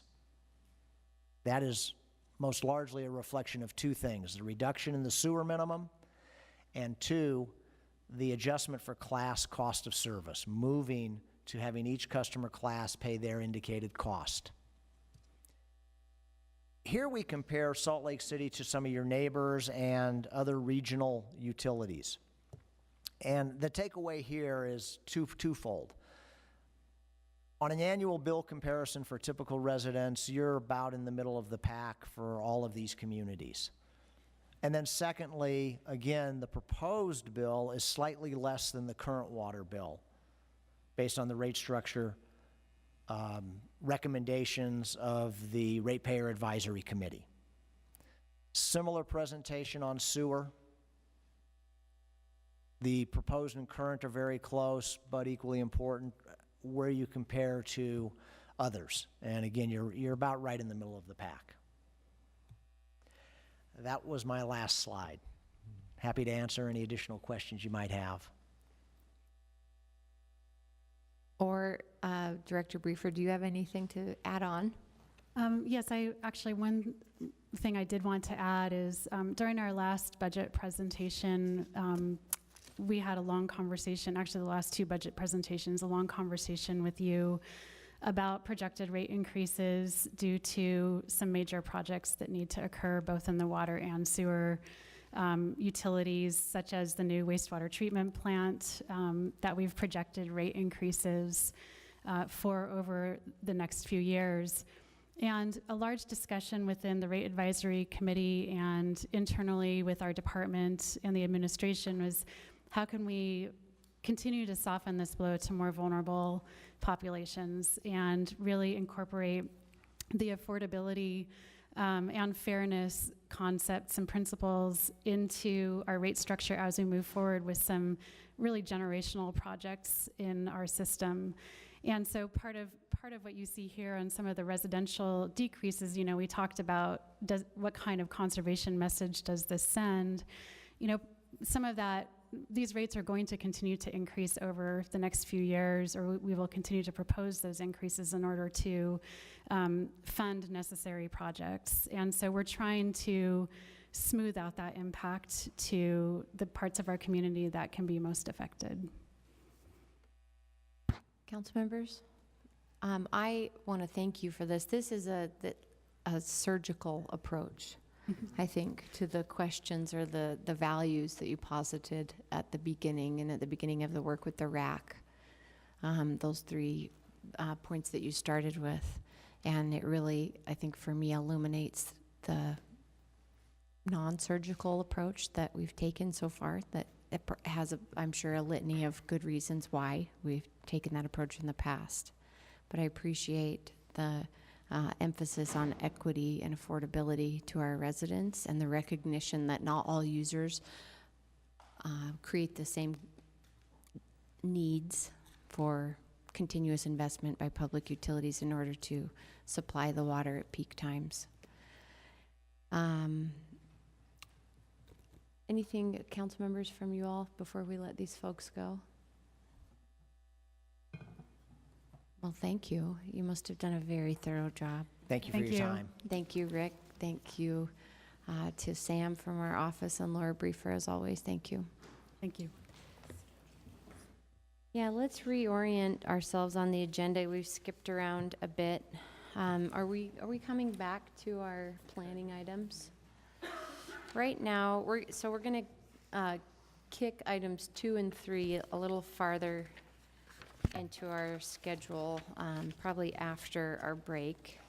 And right now, we'll go to item 5, our budget amendment, follow-up discussion for budget amendment 1. I am hoping to give us a break, council members, and then we're going to get into the CIP overview a little bit after 4 o'clock. So with our budget discussion, I bet we have Ben Ludke from council office coming back. Mary Beth Thompson. You know, I'm not seeing anybody who's supposed to be here right now, so. But we do have planning. I see Doug Dancy here. Doug, are you here for those 2 items? One of them? Why don't we do that? Is that item 3? Come on up, Doug Dancy from Planning Department. Thanks for being here. Nick Tarbett from Council Office. Council members and anybody following along, we're on the 1230 West, 2nd South rezone, also known as Mark Steele. Thanks for being here, Doug. Nick, do you want to start us off? I would probably just turn it over to Doug. I wouldn't say much more than explain the quick background, and he can just dive right into the details if that's okay. And Doug, before you begin, I see our finance folks have arrived. We'll get to budget amendment 1 right after this one, okay? Thank you. Thanks, Doug. Go ahead. Okay. I'll be brief here. This is a proposal to rezone the property that's commonly known as Mark Steele. It's on the west side of the Jordan River, north of 2nd South. The photograph on the screen, it's not graphically the most exciting thing you've ever seen, but it does provide the context. Right south of this site is I-80 coming in from the west, and on the north side of the site are the railroad tracks that go from Salt Lake west to Oakland. And north of that is also the Rocky Mountain Power Substation. This is MS Operating Systems have applied for this. They've asked to rezone it from M1 manufacturing to transit station, transit station area, urban neighborhood transitional. There is no proposal, a development proposal with this. It was a speculative zone change request, so I don't have any pretty pictures of proposed apartments or anything because it's entirely speculative. And it's also kind of difficult as we process this because it's in a master planning black hole. It's outside the Northwest Community Plan. It's outside the neighborhood, the Euclid Neighborhood Plan. It's outside the West Side Master Plan. This just happened to be a property that didn't get incorporated to any current master plan. How often does that happen, Doug? Once. I was going to say, I don't remember that ever being the black hole term. It's new here. It used to be part of the older West Salt Lake master plan that went to North Temple, but when the new one was adopted, it just went to the I-80. So that's when it sort of got lost. So if we evaluated this in terms of the planned Salt Lake overall housing issues and that. Their request was for transit station area, and we didn't look at a lot of other zones for the simple reason that going from manufacturing to TSA was pretty similar in terms of bulk and all that. The other residential zones generally have more parking requirements and density limitations. So the TSA also has more design criteria than some of the older purely residential zones do. So throughout the process, the Community Council, the Planning Commission, the staff didn't really float the idea of a different zone than what they asked for because there was a perception that that was reasonable. And this photograph that you see on the screen here, the blue hatched zoning to the east is other TSA zoning. To the south where you see the yellow and the tan, those are different lower density residential zones, but they're also separated from this site by a very solid barrier with I-80. So the zoning that does allow housing that's sort of mostly close here is TSA zoning. Just a sense of where it's at, there's more photographs in your staff report. The big reason for arguing to change this from manufacturing to transit station area is the completion of the Jordan River Trail Bridge. Doug, could I back you up? Uh-huh. I just wanted to point out and confirm that I'm seeing this correctly, that council members on our packet, that page 2 has the vicinity map that is different from this and shows, I think, a little bit more context that there's a lot of TSA to the north. We can see a little bit in the northeast portion there. You're So- absolutely correct. If I went another half-inch north on here, all of North Temple is TSA zoning. And Doug, is this property, I know you said I-80 is part of the boundary that puts it in the black hole. Are there adjacent parcels that are also in a black hole? Kind of this area bounded by the Jordan River, North Temple, Redwood Road, and I-80, that square there. Okay. Although I shouldn't say that totally, because there was a North Temple street master plan, so even the land that's facing on North Temple has a area master plan for it. Okay, I'm just trying to get a sense of if this rezone happens, how predictive may it be for surrounding parcels that don't have the guidance and direction of master plans, but that this would set a precedence perhaps?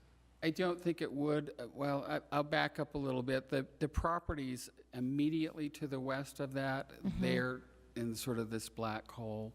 But the Rocky Mountain Power to the north of it, again, is in the North Temple plan, which I believe, I'm going from memory here, includes more of where the Ramada Inn is and stuff are on Redwood Road in North Temple. So it really is probably 30 to 50 acres, and this site is 15 of it.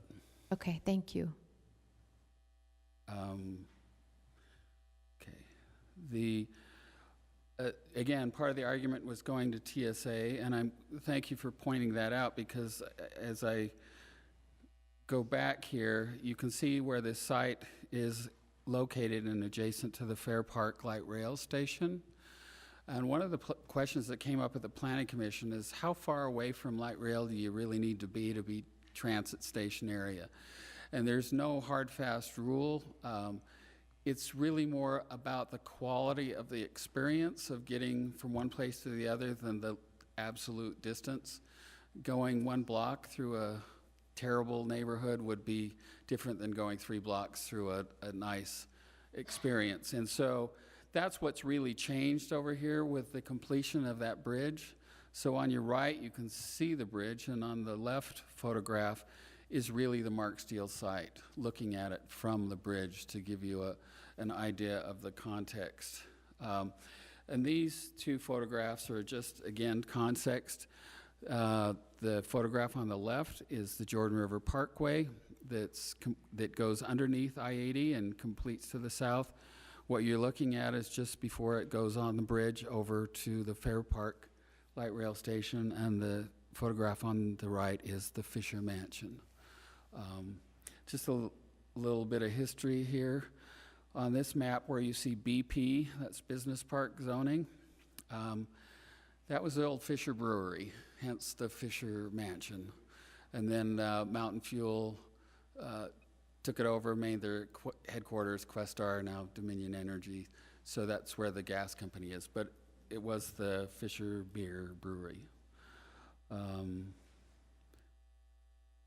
So the Planning Commission, cut to the chase, the Planning Commission, well, I'll back up a little bit. We did take it to the Community Council. They did not vote. They basically heard it and made comments and asked questions, but they didn't provide any input. We basically had 2 items of input through the process. One was a neighbor.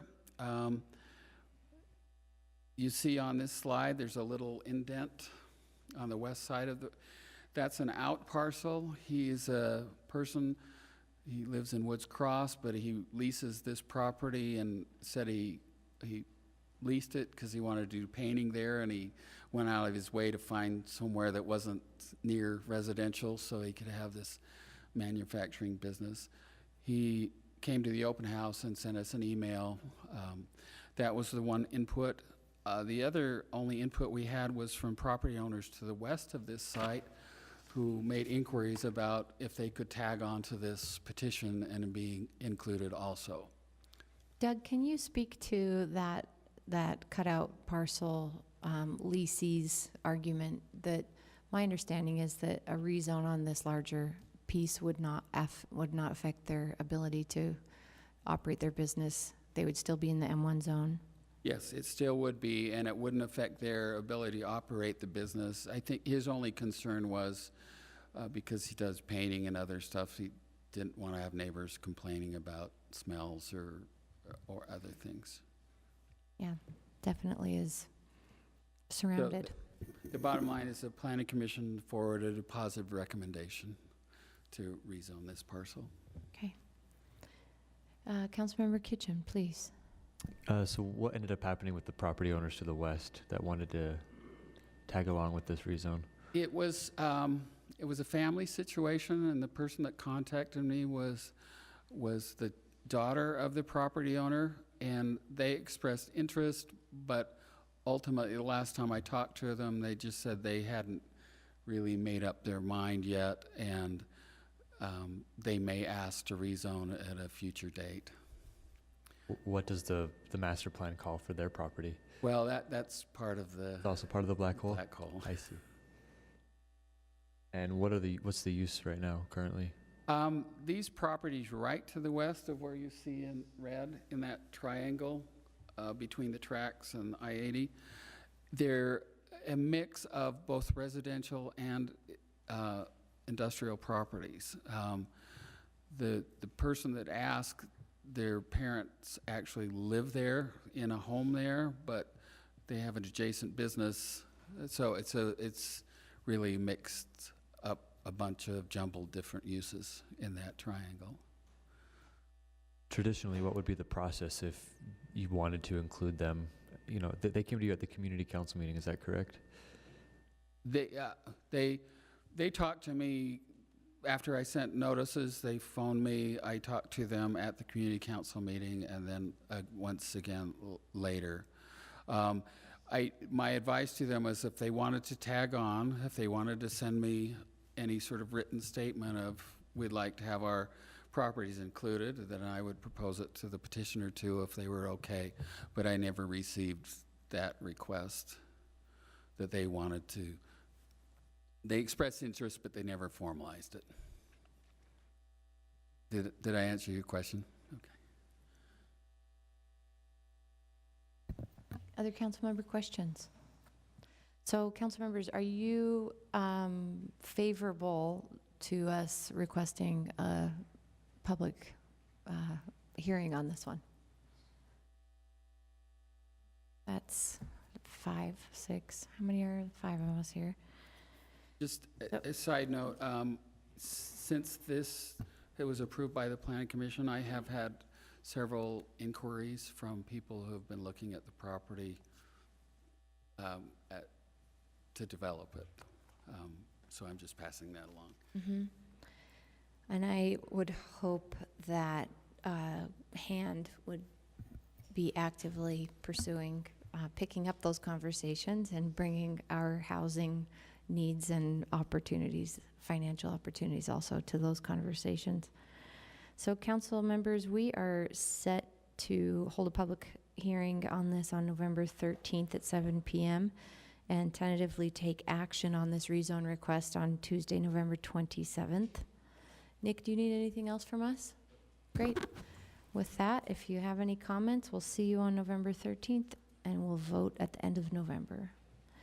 Okay, so now let's get, I'm sorry, we're all over the agenda map today, but we're going to go to our budget amendment number 1, unless I've got planning folks here. Sarah?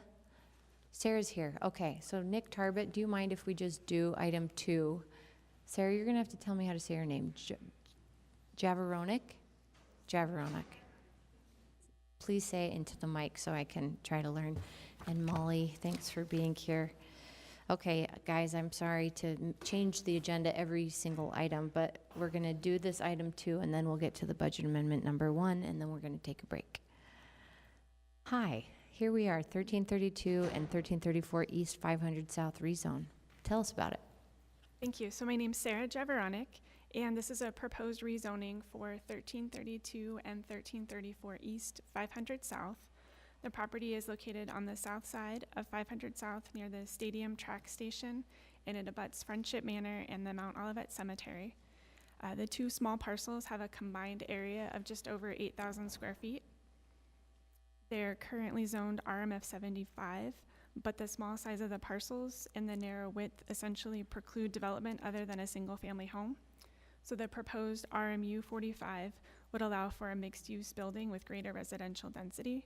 And so right now there's a tentative proposal for a mixed-use residential building with a commercial component on the first floor. The Planning Commission held a public hearing on this project on June 27th and forwarded a recommendation of approval to the City Council. Great. Nick, you have anything for us? Council members, do you have any questions on this one? Councilmember Rogers. The Friendship Manor, what kind of impacts are they worried about happening? They were worried with potential impacts to their residents just because of the proximity to the site and one of their main entrances, and then also some concerns with areas directly to the rear of these parcels where their residents go to kind of walk their dogs and spend time back there. James, I spoke to a number of the residents at Friendship Manor about this, and their biggest concern was traffic and the flow of traffic through their parking lot. But it sounds to me like they've been working with the petitioner, and there have been open dialogues. Great. And does this parcel contain enough space for their on-site parking and an independent driveway? It does contain enough space they have some tentative proposals that they've presented. And the applicant is here if you have questions for them as well. Council members, do you have any specific questions that we want to call the applicant up? Okay, I'm supportive of this.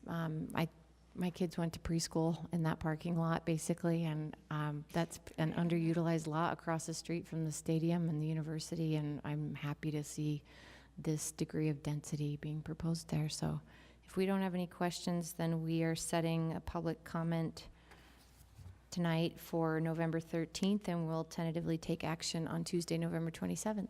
Thanks, Sarah, Thank you. Molly, Nick. All right, believe it or not, we're actually going to do the budget amendment right now. You guys okay with that? And then we'll take a break. Maybe. Maybe. Ben Ledke. Let's bring Mary Beth Thompson up here. John Vike, you want to come up?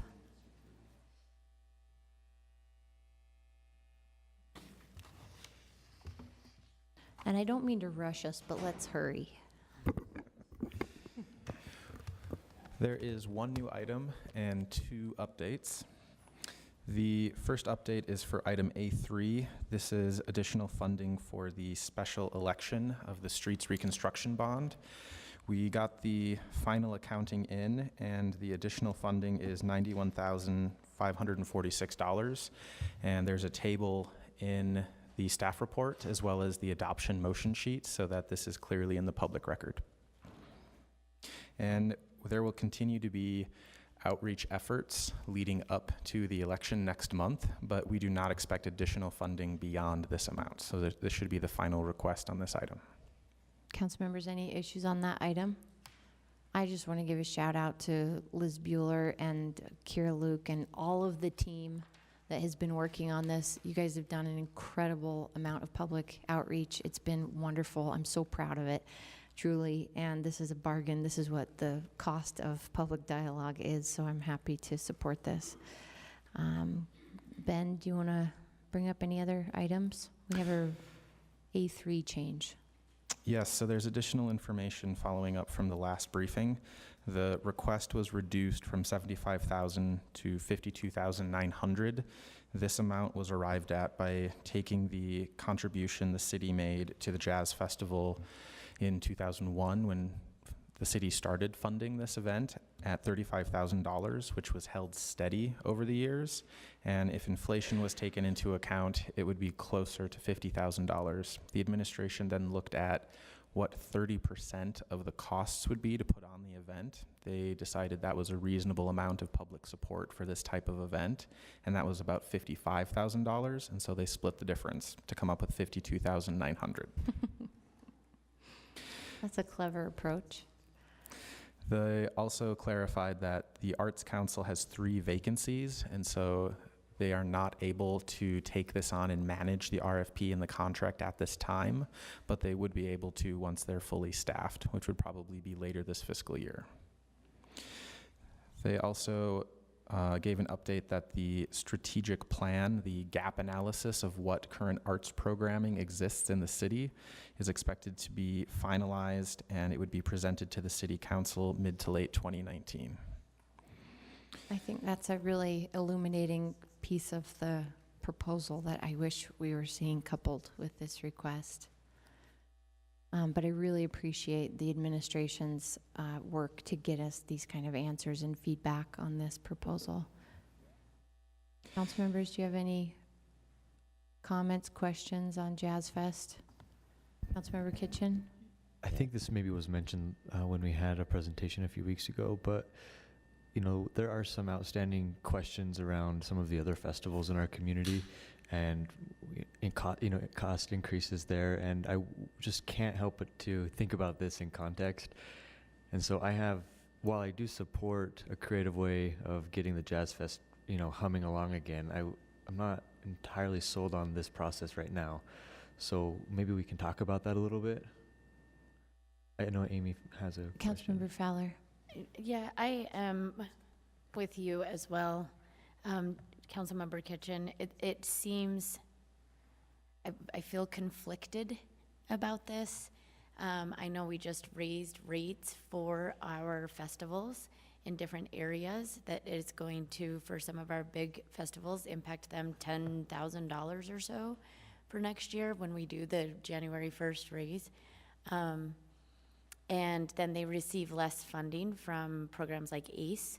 And so this is, that's the only funding they receive from the city. We don't give necessarily discounts on these rates. In fact, like I said, we decided to increase those rates. So this is something that's a little bit difficult for me to wrap my head around. So I appreciate any discussion that people can give me in trying to figure this one out.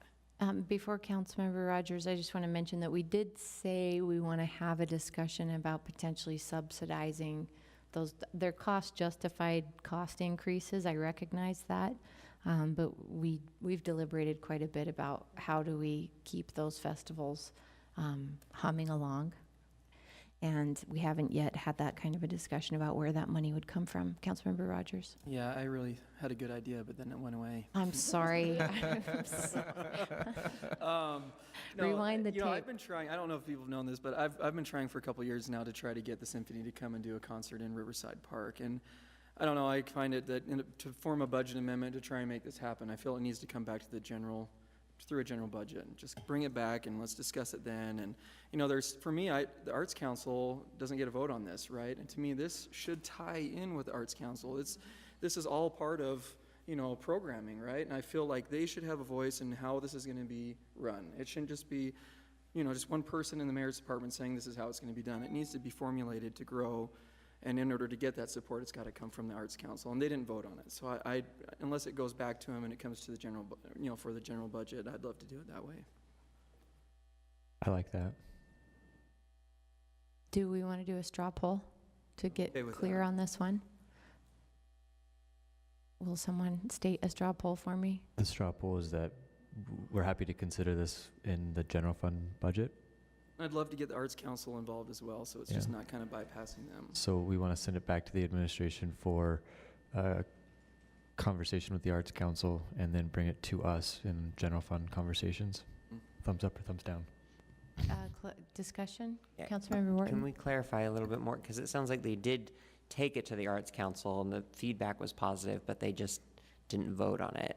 So when we say take it back to them, we want to vote. No, I want them to have feedback. I mean, it says in there that because somebody else is going to be operating the fund, that the Art Council does not have to vote on it. Right. And I feel like, really, it's under their stewardship, right? They should be voting on it. They should help promote it and put it together.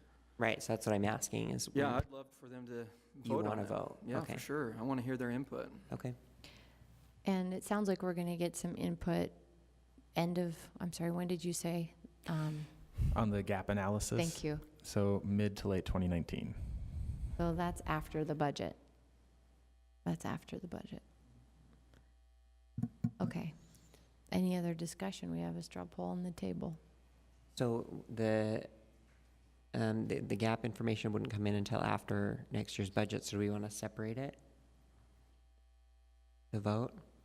I would vote just to have the arts, I would like to have a vote from the Arts Council, and I'd like to know specifically what their feedback is, but I don't know that I want to. Wait for the gap analysis. Yeah. Yeah. And you didn't put that in your straw poll. I was just trying to remember when that context was going to be available. But I agree that having a vote from the Arts Council, and I mean, they've got some serious hiring that they're in the process of, so it would probably be helpful to have a director in place. If we're talking about bringing in a program, and another program into their portfolio. Mm-hmm. Any other discussion on your straw poll? So Okay. can we separate it? Gap analysis was not included in the straw poll. It wasn't. Oh, okay. It was to get feedback from the Arts Council. Feedback, including a vote from the Arts Council, and then to bring this to us, not in a budget amendment, but in the general fund conversation. That sound good? Okay. Okay. Everybody clear? Any other comments? All those in favor? That's 6 and 1 absent. Is that helpful, Ben? Okay. There is one other update. It is a new item to the budget amendment. This is council added item I-4. It is the creation of an expenditure budget of $2.6 million to build new roads in the Northwest Quadrant. They're located at 5750 West and 5960 West, from 150 South to 300 South.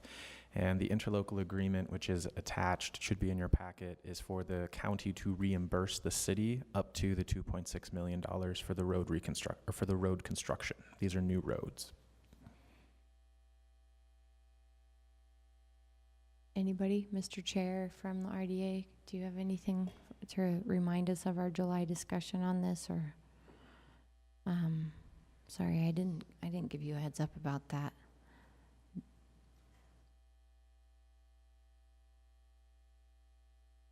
Is this Stadler oriented?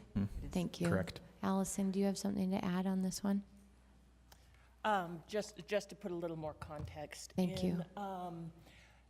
These are the roads that Stadler's going to put in, and that the county has said they will reimburse the city for providing. Looks like Mike Reberg may have something to say as well. Welcome, Director Reberg. Good afternoon. Will you pull that mic up? Yep, Thank absolutely. you. Is that better? Yes. This is the interlocal agreement that was signed by both the county and the city to do a reimbursement program for the Stadler project.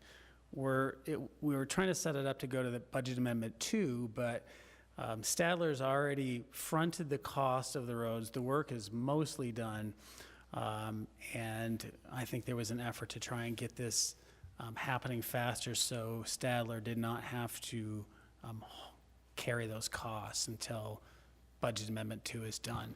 So this is one where Stadler's going to pay for it. We're going to reimburse Stadler, and then the county's going to reimburse us.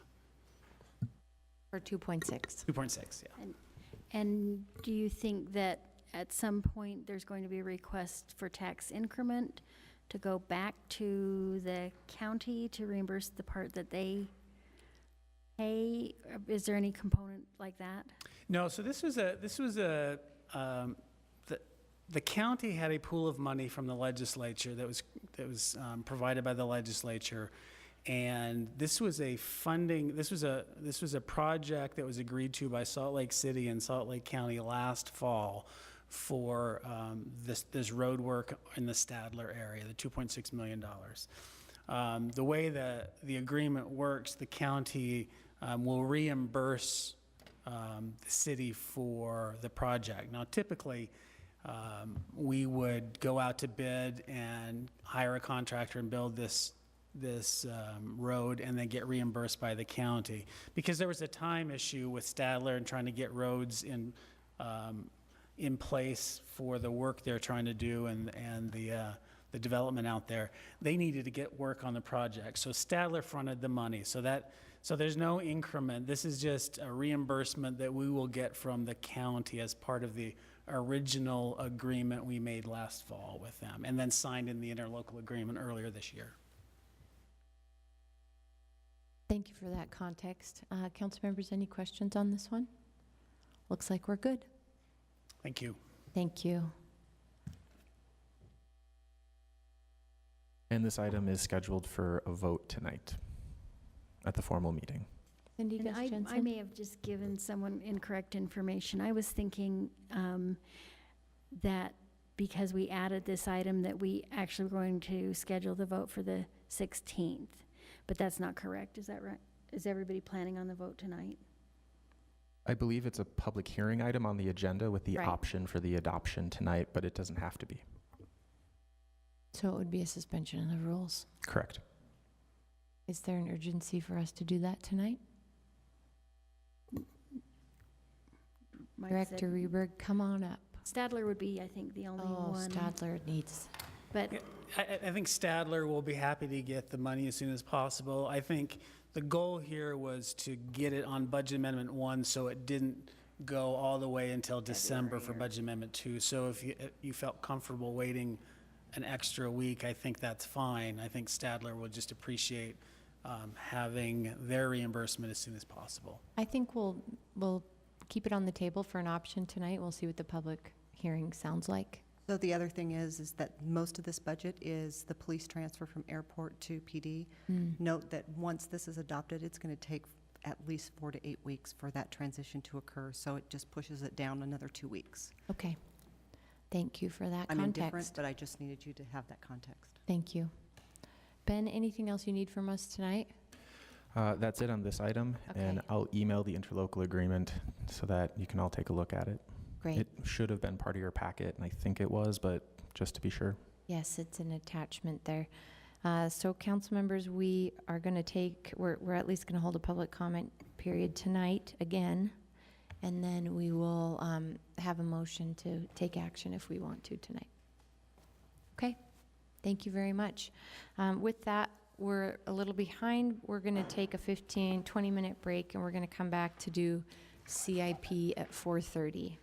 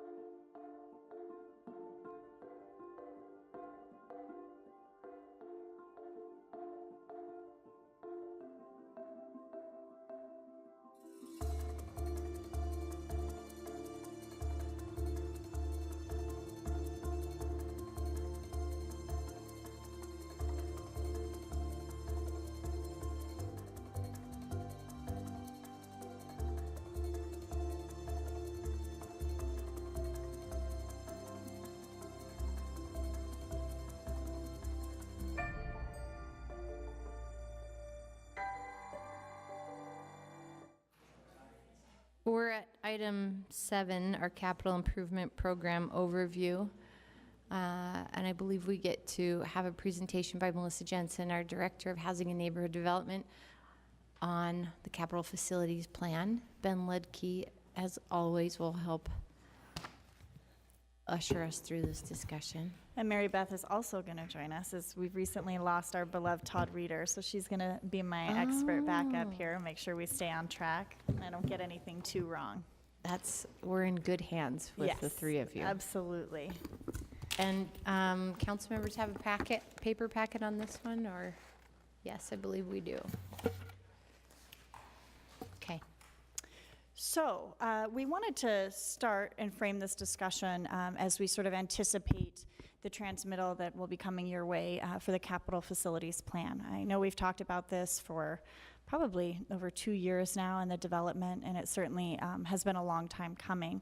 And so this is really a high-level overview. We've been working with the council office to also set up some smaller group meetings to go over some stuff. So certainly lots of opportunities to kind of discuss, provide input as we sort of develop this first go of the capital facilities plan. So I just wanted to preface with that. I think the first thing is really kind of grounding us in where the plan lies amongst all the plans. As you all know, we truly rely on the master plans to guide all of our work in the community. And from that, we sort of do other plans. The capital facilities plan is based in that. And then we, of course, did it backwards. We did the impact fee facility plan first, and now we're working on the capital facilities plan. But theoretically, they all work together. And the key, of course, is to align resources and funding to these plans so that they can be realized. Definitions and language, and I know this is so small, so don't feel like you need to read it all, is pretty critical. And I think this is a key place where we really rely on finance so that we get it right. You know, we do a lot of sort of terminology around this type of stuff. And as we talk about the capital facilities plan, it's really important to determine what we're talking about, knowing that often there's gray area. We had some of these conversations last week as we went through the log about what's maintenance versus what's a capital asset. I think most of you are really familiar with CIP project and what it is in terms of construction, purchase, or renovation of buildings, parks, or streets.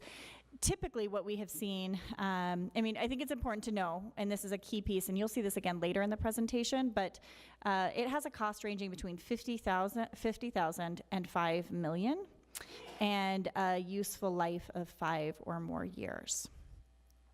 And that differs from a capital asset project, which typically costs more than $5 million and has a useful life of more than 5 years, so like a fire station.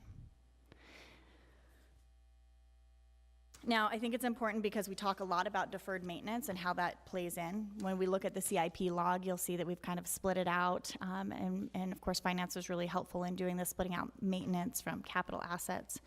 So the way that we really think about this is, you know, what happens with our maintenance is when we defer it, it ultimately gets deferred and deferred and deferred, and then it qualifies eventually as a capital asset renewal. And I'll look to Mary Beth to kind of help me correct that.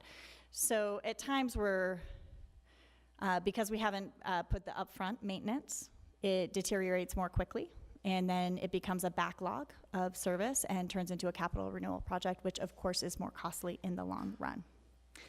And then, you know, the ongoing maintenance. So the CFP process was really determined to kind of capture all of these categories. We can refer back to these definitions, and as we go, we can certainly ask more questions. Anything you want to add on that piece, Mary Beth, or, okay.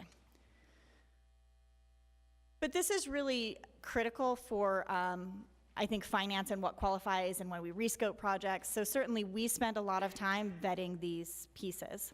So historically, just to take a look, because we've had such limited pay-as-you-go funds for CIP, we've really limited applications between $50,000 and $1 million. So the idea was if it was over $1 million, the chances of it getting funded through CIP were really slim. There just isn't quite enough funding. And so we had that category, which meant that other CIP projects that really are within the definition between $1 and $5 million continued to be forgotten or not represented. So this council has often talked about the transparency. How do we see the whole picture? How do we see all the projects? And we didn't get to through the CIP process because it didn't seem feasible to fund them, which really wasn't a good solution in terms of long-term policy. And then we had capital asset projects, which we have been successful in funding through bonds for fire stations or police precincts, but certainly there was this gap. And so that really became the impetus to work on the CFP.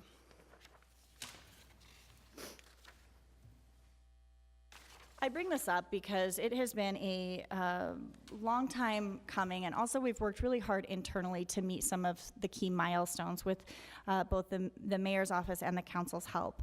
Certainly the resolution 29 that was updated and passed last year has been very helpful in helping this capital facilities plan become realized. We have worked with departments year-round. That really only started probably in the last 18 to 24 months, where we worked collaboratively on city needs, how they aligned with master plans, and trying to gain a cohesive list of that. We trialed this last year as we prepared the CIP applications based on some of the drafts of the capital facilities plan. And then we really worked with finance, and Mary Beth was instrumental in really breaking out what qualified as what, and I think that that's prepared a better picture. This is just the group of us that work together. I mean, I think that they spent a whole day working on capital facilities and what it meant, and workshops, and it's much harder to compile than we ever anticipated, but certainly appreciate all of the endeavors of the teams and all the different divisions and departments that came together for this plan. With that, I want to talk a little bit about the capital facilities plan framework and kind of what you'll see in the actual transmittal. The plan identifies the capital needs for the city over a 10-year period. And it's separated into the contributing departments below in terms of categories: engineering, parks and public lands, public facilities, and transportation.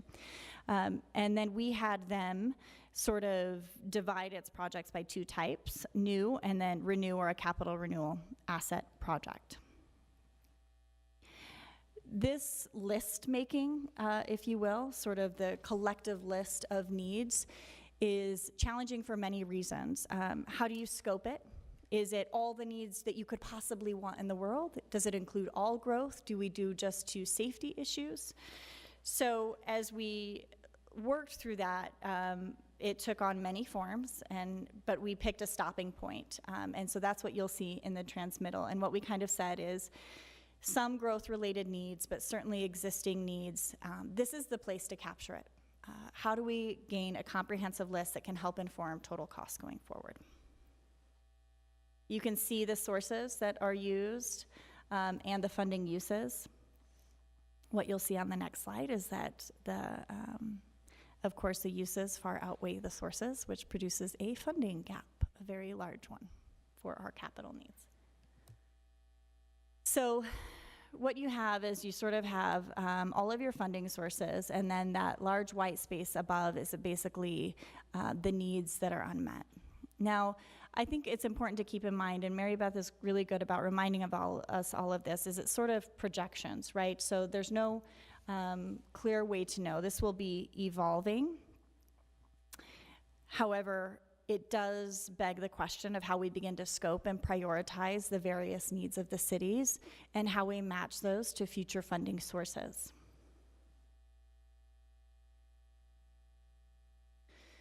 So, on this page, I've kind of highlighted some of the next steps that will happen over small groups, and then as we begin to dive into the capital facilities plan. On the right, you'll see sort of the pay-as-you-go funding compared to debt, and as you know, we talk about 2022 a lot, and also we're often reminded that we never want to bind future councils for funding, but in terms of how we develop the CFP and go forward, I think it's critical to begin to understand how that funding stream is going to shift. So I think the key pieces that we're working on now is to continue to meet with a small group of committed individuals in terms of bringing the capital facilities plan to fruition. We are going to have continued policy discussions around funding scenarios. We're going to create additional scope for list of city assets. So, you know, that's a policy discussion of what's included in the CFP versus not. When we really began this project, it was really critical that everybody had a place to put their needs, right, so that it was visible. And we wanted that represented. And so as we go through, we'll kind of have to talk about what that scope may become.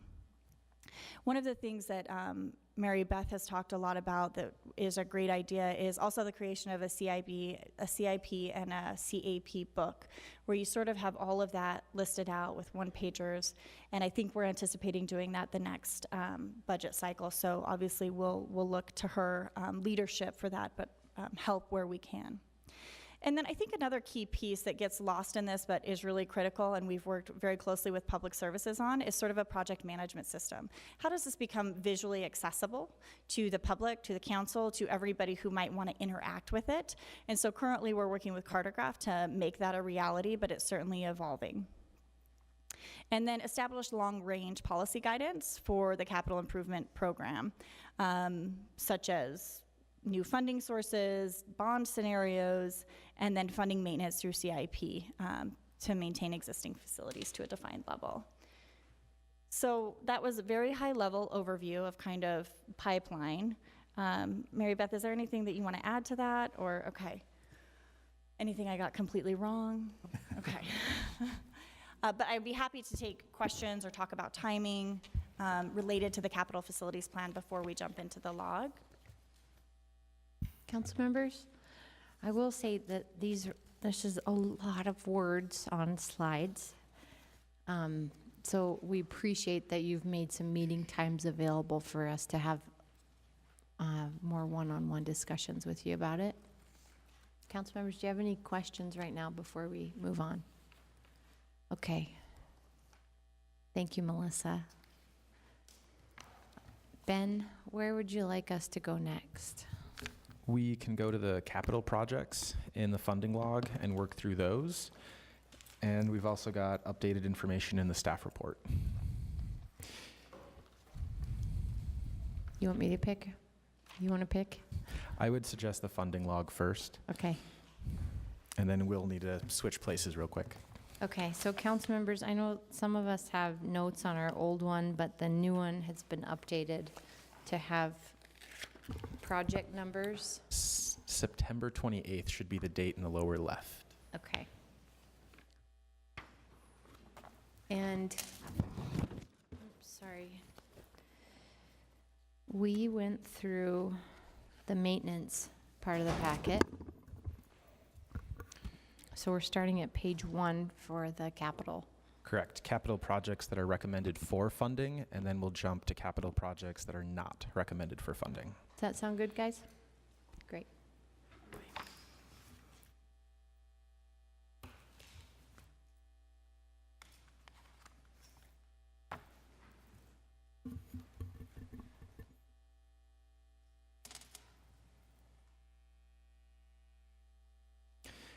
And the first item you'll notice is crossed off on the funding log, and this is because the council previously funded it in budget amendment number 4 of last year. So this project is funded and it doesn't need additional funds.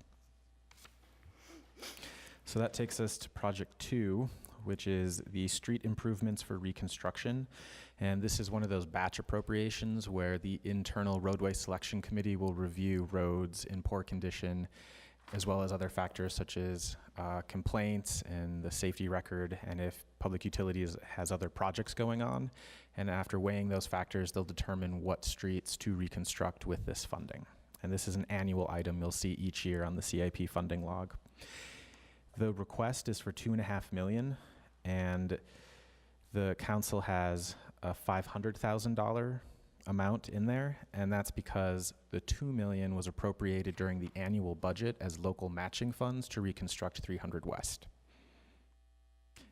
Right, that was the only CIP piece that we pulled out early, right? That's correct. And it was driven by a federal deadline for submitting the grant application. Those matching funds were needed before Okay. the briefings were scheduled in the fall. So you could almost put a little parentheses with $2 million in June of 2018. You could. Because with this proposal, we would be at 2.5.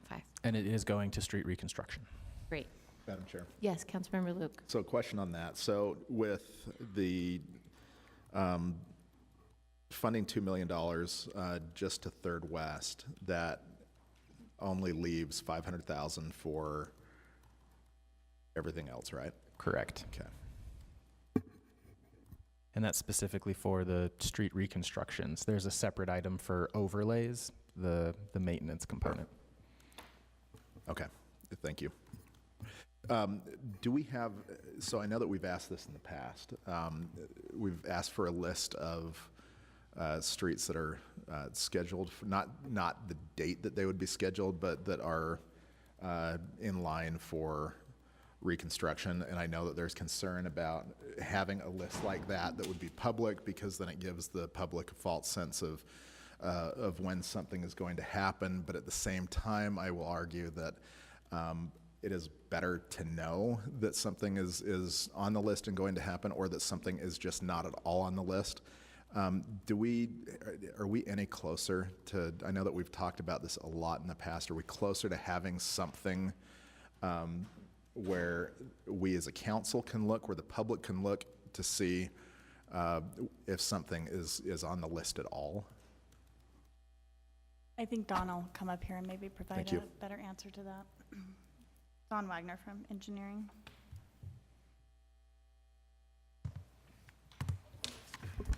Good afternoon, Don Wagner, Deputy City Engineer.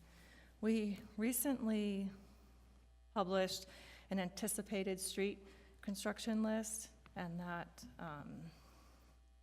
included what we anticipate for 2019 and some of 2020. That included, again, still has to be approved by the Roadway Selection Committee, but because it's anticipated and we need coordination to happen with other utility providers, developers, et cetera, that included 7th West, 27th South, 9th South, from about 10th East to 13th East, 13th East from, anyway, it's probably, we can also send you that notice. Okay. That was published in the paper and is on our website.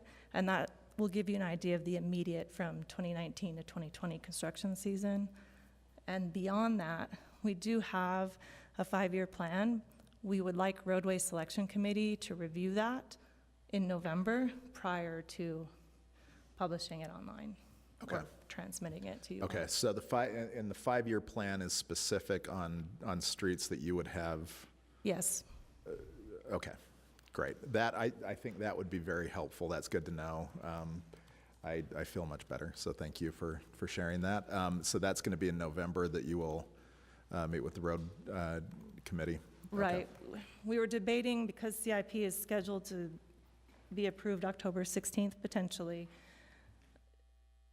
We'd love to have it that same week, right? But because of the bond, we would like to see the bond results first, and then that will give us a better context to have the Roadway Selection Committee discussion.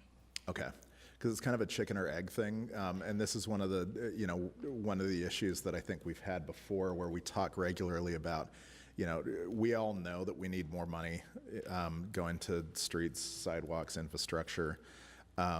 But if we can't make that case, if we can't demonstrate to the public that, that we have a plan, it's a tough ask. So I think that 5-year plan will help. I hope it's not too late before the vote comes in. So, but at least it's coming. So thank you for that. Sure. It identifies $100 million worth of projects. If you want to transmit a draft copy, that's a potential, knowing that we still have to show it to Roadway Selection Committee. I think I would just say, I mean, I'm of the opinion that, I would rather have more information than less information. I don't know what we would do with it at this point. So, I don't think that you need to necessarily, worry about getting the draft out. We're a month to the election. anyway, so could have been helpful, but, Agreed. okay, thank you. Thank you, Councilmember Luke. I would just add, it would be really helpful for the 5-year plan to be public, but it also could create some false expectations because not all streets deteriorate at the same rate. And so there's always that unknown variable where some streets might appear much worse 2 years later than we were expecting. Yeah, and I think that does make sense, and I think as we're articulating these, that's something that we as council members can articulate to our constituents. The city can articulate it to our constituents, but it's still better to know, even though, something could change or something may deteriorate quicker, at least it gives people some sort of an idea as to what they're looking for. And I think that's the kind of information the dashboard will include or should include. When you say dashboard, Council Chair, are you talking about related to the bond? Yeah.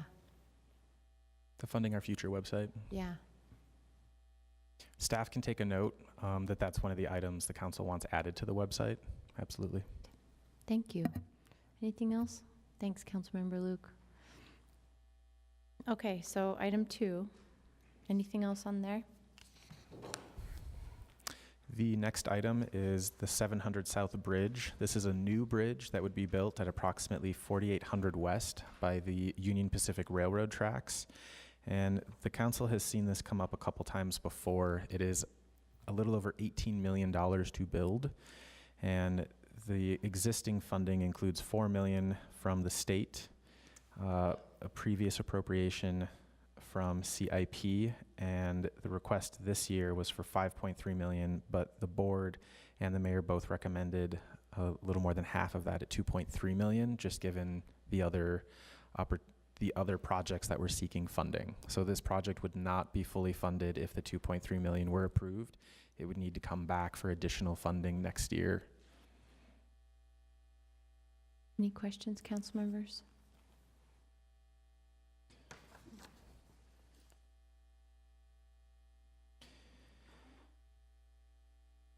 Yeah, please, Councilmember Fowler. Thank you. Can I know a little bit more about this project? Like its benefits or not, or what? I mean, I don't know enough about this project. So the first time it came to my attention was in the Impact Fee Facilities Plan in 2016, and it was identified as a way to overcome a lot of the traffic congestion problems that are common on the west side because of people essentially waiting for the trains, sometimes for an hour. And the options, if you are in the West Side Industrial Area, to try and cross those tracks are limited. You'd have to go out of your way to, I think it's North Temple or the Bangerter Highway. And with the expected growth in the West Side Industrial Area, the bridge was identified as a way to decrease those congestion problems and also increase safety by removing the intersection of vehicles with the tracks. And I'm guessing there's additional reasons that Dawn might be able to speak to. Yeah, excellent summary, thank you. I would only add that the safety component is critical here because it's a skewed crossing, so it's difficult to see the oncoming trains, and we applied for federal funding for this project. However, we were not selected. The BCA wasn't high enough. Yeah, please. Thank you. Is there plans with this bridge to make sure that there's a pedestrian walkway across the bridge as well, or? We have not gotten that far in design. We're still wondering how to fund it? Right. And now the other complicating factor is that it's part of the inland port jurisdiction now, so. Councilmember Luke? And that was thank you, Madam Chair, that was exactly my point. I feel better about this knowing that it's going to be funded with impact fees because impact fees have been collected from that area anyway. And so if this was coming from, the general fund or other funds, I'd probably be pushing back harder. But I think with impact fees, this is something that, we can explain, but I would like to still see us keep that on a list that we present to the Port Authority Board. And if there is any way that we could get some sort of a compensation, a return from that board through tax increment that the board will be entirely responsible for. I would like us to at least have that, on a list so that we could make that argument to the board. Councilmember Fowler. Thank you. Nobody throw knives at me, but would it make sense to not fund this until we have some answers from the inland port? I mean, if there is a working relationship or something there that will end up happening where we can get money from them, and we have how many projects that, like 36 million and 10 million to spend? I don't know, I exaggerated those numbers, but that's what it feels like. And so if there's a way to capitalize, if at all possible, that this is in the inland port, perhaps there's other projects we could fund? Councilmember Luke? Yeah, and that's initially where I was on this. I mean, as I was going through this, I had it marked so that we could, not fund that and just kind of punt it to the Port Authority Board. The problem, though, is we still have additional development taking place out there. Yeah, we're not getting tax increment on it, but it is something that does make sense, and it is something that does impact existing businesses that are already out there. And those existing businesses have been paying impact fees as they've developed their new warehousing and everything else. And so that's where I ended up kind of changing my position a little bit and saying, okay, since they paid into it, since there is a huge impact, I was okay with it, but I would like to at least try to get something back if possible. Go for but it, it's still worth Councilmember. moving forward. I'm sorry to continue Councilmember this Luke. back and forth a little bit, but, I mean, the recommendation is half of what the request was for, which wouldn't get us close to what they even need to do this project. So again, I see exactly where you're coming from, but there's this part of me that says, couldn't we perhaps wait till next year to do this? Or are we going to fund it at the 5.3 million so that they can actually make progress to having it happen? Because it seems if we fund it at the 2.5, they're like, thanks for the money, we can't do anything with it anyway. Or we could actually fund it at the 2.312 and send a letter to the Port Authority Board saying that we have funded half of this project. And that we request that the Port Authority Board come up with the other half. I just feel like you have more optimism in the board than I thought you did. I mean, I would also get kind where of you're be coming from. asking for them to take our tax increment. You what? That would be asking them to take our tax increment. They're already taking it. Well, it's not taken yet, but they're gonna take it. This is a great discussion. Are I'm not there gonna- expiration dates on these streets impact fees that are pressing? The street impact fees will start expiring in, I think it's 4 months, but there are multiple projects in the pipeline that are supposed to go out to bid within that time. So we don't expect street impact fees to expire this fiscal year. And is the allocation of this 2.3 part of that anticipation that we won't be returning any? It's other projects that were funded, I want to say at least 3 years ago. Okay. So Councilmembers Fowler and Luke, does anybody want to make a proposal on this, or you want to let it be? I need to mull it over some more. Yeah, I think I fall more on your side of less optimism. And I think with our discussion around the city, the downtown park, and that, we have projects that are ready to go, but maybe this is one of those. I will say I'm easily persuadable on this, and if there is another project that is shovel-ready, or as close to being shovel-ready as a CIP project can be, that we could use that impact fee money on, that would make it very difficult for me to back up my position. Will you flag that for us, Ben? Mm-hmm. And Councilmember Luke, perhaps I think there's a lot to be gained from the opportunity in your conversation to reach out to the Inland Port Board and say, we have impact fee dollars available. We've identified this need. Here's the information about the need. It might be helpful if the administration was willing to put together maybe a one-page summary of the existing funding, the funding need, and why this bridge is needed in the west side, to quickly communicate that if you want to send that on to the Inland Port Board or have it ready in your pocket. Don could also probably provide some insight into timing and what could be spent when. There's some feasible components that could be spent early and upfront from this money. Sure. Do you want me to include that in the one-page summary, or I could just mention with the 2.3 million, we could certainly proceed with design efforts. Again, though, that's for council to decide if you want us to proceed on design efforts, knowing it's in the Inland Port jurisdiction. I don't see us, I don't have a crystal ball, but I don't see us funding the entire cost of the bridge, that we can't collect impact fees or, tax increment on for that area any longer. And that we would probably prefer to look for a match opportunity with them before we would ever look at entire funding on this. So I think let's not spend anything yet. The project is 57% eligible, so 10 million can be impact fees, but the other 8 million will have to be matching funds from other sources, which is part of the difficulty and why the administration applied for the federal funds. Councilmember Luke? Okay, I do have another question for you that's sort of related, but sort of not related. Streets impact fee. I know that there are, we're bound by a lot of very specific rules. Can tell me what streets impact fees can be used for?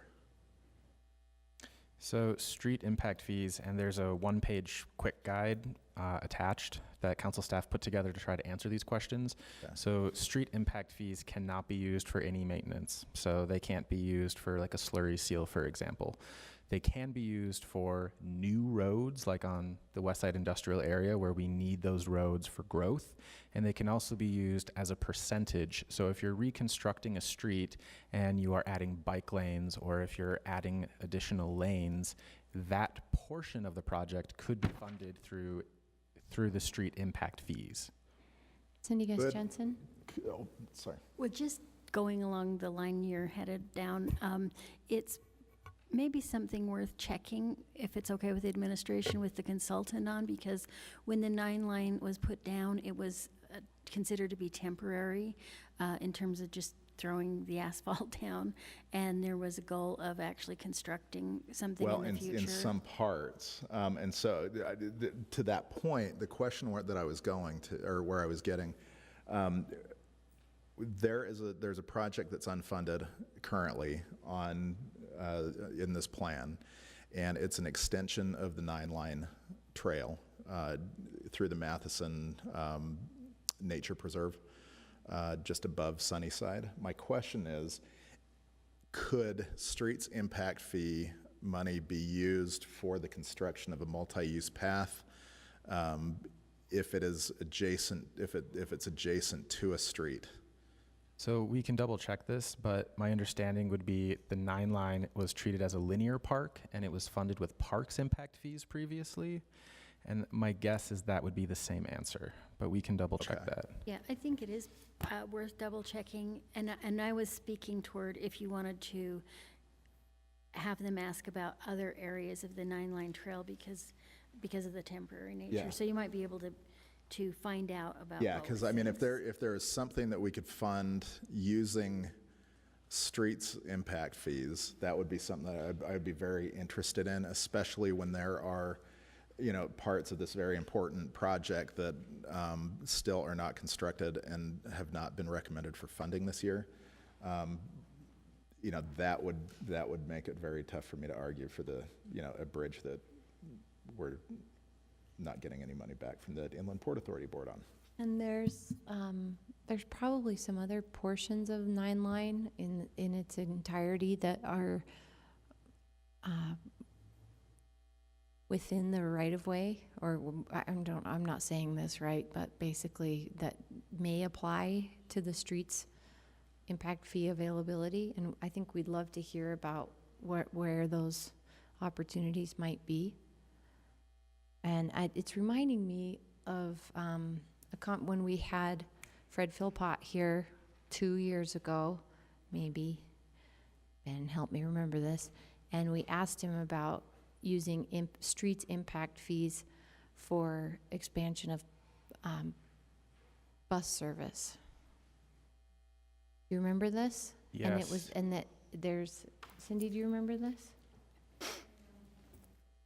We cannot use it for a service, but it seemed like there was some creative questions being asked around alternative transportation or expansion of access to, but it was basically about if you can show what increased based on population growth is placed on the roadways, and you can offer a remedy for that increased growth. Just Anything physical, and if you have more need for bus shelters or. Bus stop amenities was part of the conversation, as I recall it. If the street was going to be reconstructed, could the city add additional bus stop amenities using street impact fees for part of the project? Right.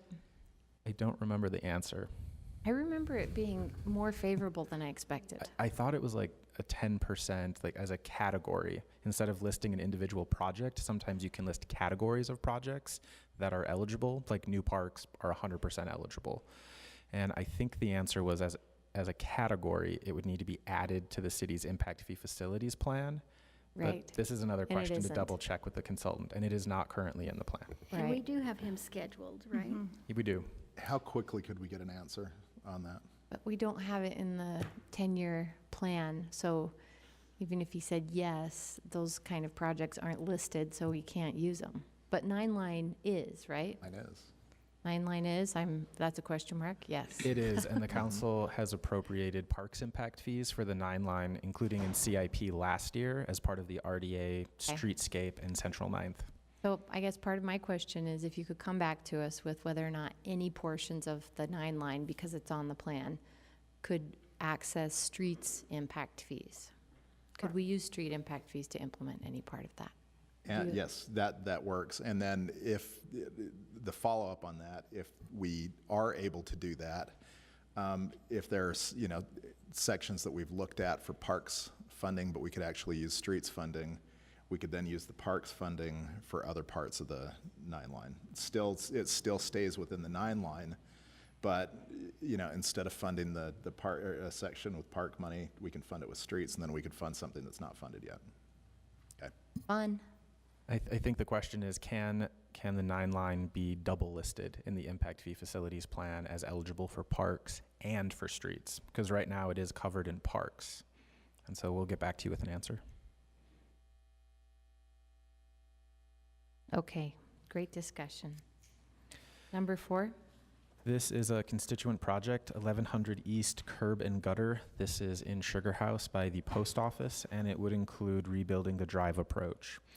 The board and mayor recommended full funding.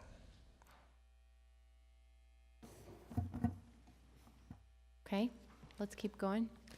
The next project is 1900 East Street reconstruction. It is also a constituent project, and it is from, looks like Wilmington Avenue to Parley's Canyon Boulevard. And it would be a full reconstruction of not just the street, but also the curb and gutter, drive approaches, and parts of the sidewalk.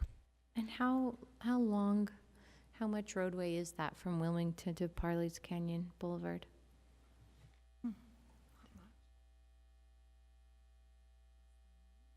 Not much. Just a little bit? Wow. It sounds like half a mile is the guess. We can I'd have certainly. to pull it up on yeah. Google Maps and measure. Why isn't this impact fee eligible if it's a rebuild? Well, this is a constituent request, and for the impact fee streets funding, it has to be on that impact fee plan. Oh, right. And so many boxes to check that we do need to amend the impact fee plan to add more streets projects, because after this bridge project, there are no more. So we're in a bit of a We are aware and we are working on it, and we can even, when Fred is here, we can kind of talk about the progress on that. And this gets amendment. to one of the discussions about adding individual projects to the plan versus adding categories of project, which are much more flexible and are much more easier to find and spend projects that fall in the category. Councilmember Luke. Which takes me right back to where I was earlier, saying that if we can identify streets and we can have them added to the plan, then they're added, and if funding is available, it's funded, we can get it, but we can't. I mean, the problem is the whole again, it's chicken or egg thing. You know, if they're not listed, we can't use the money, but we can't use the money if they're not listed, so. I have a question, probably for Dawn, on am I understanding the 11th East portion is that it's around the post office and not in the single-family residence portion north? Correct, around the post office. So on the 19th East, this is residential? Yes. And I've had some concerns from, actually not concerns, but frustration from some residents who have had concrete streets put in, have had their sewer main line go out, have had to pay for replacement of the concrete street, and it is very expensive. Yes. So I'm wondering about what the cost difference would be if this 19th East Street reconstruction were estimated for asphalt and not concrete. Yes, it would be less. And there's a bit of a philosophical difference between the prior city engineer and the current city engineer just on that issue of concrete streets.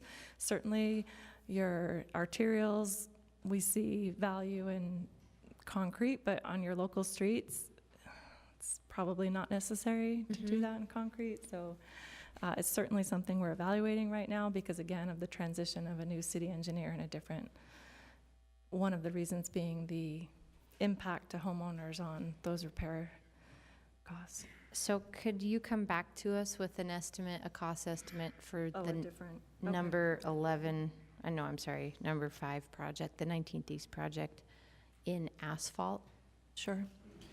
Would it also be helpful, since I believe this is also a constituent application, to check in Yeah. with the constituents who filed it? And will you convey the sentiment that I shared of District 5 residents who have incurred a significant cost? I think a lot of people aren't going to be living on that street for 50 years, but a good number of people are going to need to tear it up to access their main line, unfortunately. And people, I've heard that they would rather have asphalt streets in front of their houses for that reason. But We appreciate receiving that feedback because it's a constant discussion amongst engineers of asphalt versus concrete and life cycle costs of a street, et cetera. So thank you for Okay. that feedback. Great, thank you. Okay, just I won't hold you to it, but is there a ratio, like is concrete twice as expensive, or can you give me? Nowadays, no. That's why we're doing more Comparable. concrete. They're more comparable than in the Like a past? 15% difference, 20% difference. Okay. It's just, Good to depends know. on the project. Don't quote me on that, Okay. but Just to have an idea, thank you. Okay, item 6, sorry. Whitlock Avenue curb and gutter. This is also a constituent application. It extends from Elizabeth Street to Highland Drive. It's one block. It's in District 7, just south of the I-80 interstate. And this would be installing curb and gutter, rebuilding the sidewalks and the drive approaches. And it would also add in ADA accessibility ramps.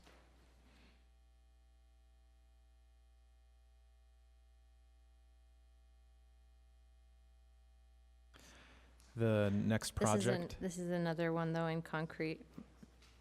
But it's just curb and gutter and sidewalk, right?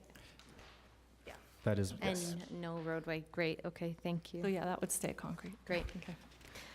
That's also why it costs half as much as the full reconstruction, the previous project.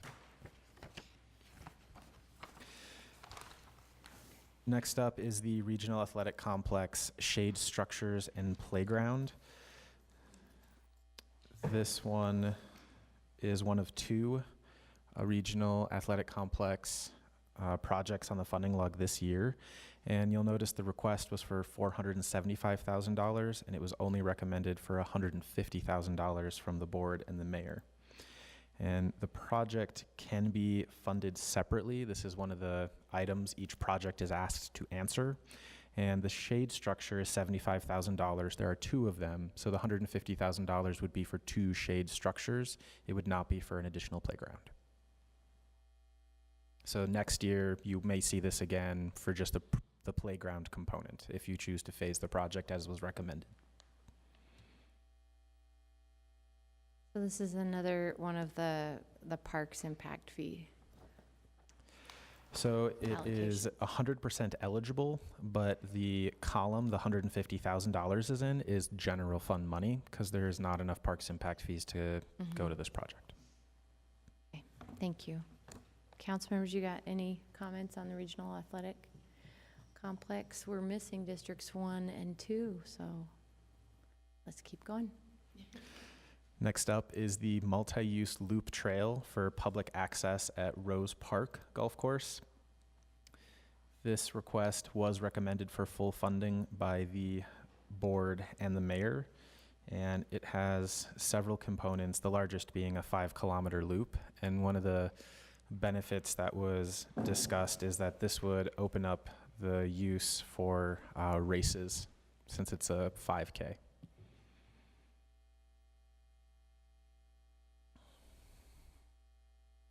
Okay, I've got some thoughts on this one. Guys, you don't have any thoughts on this one?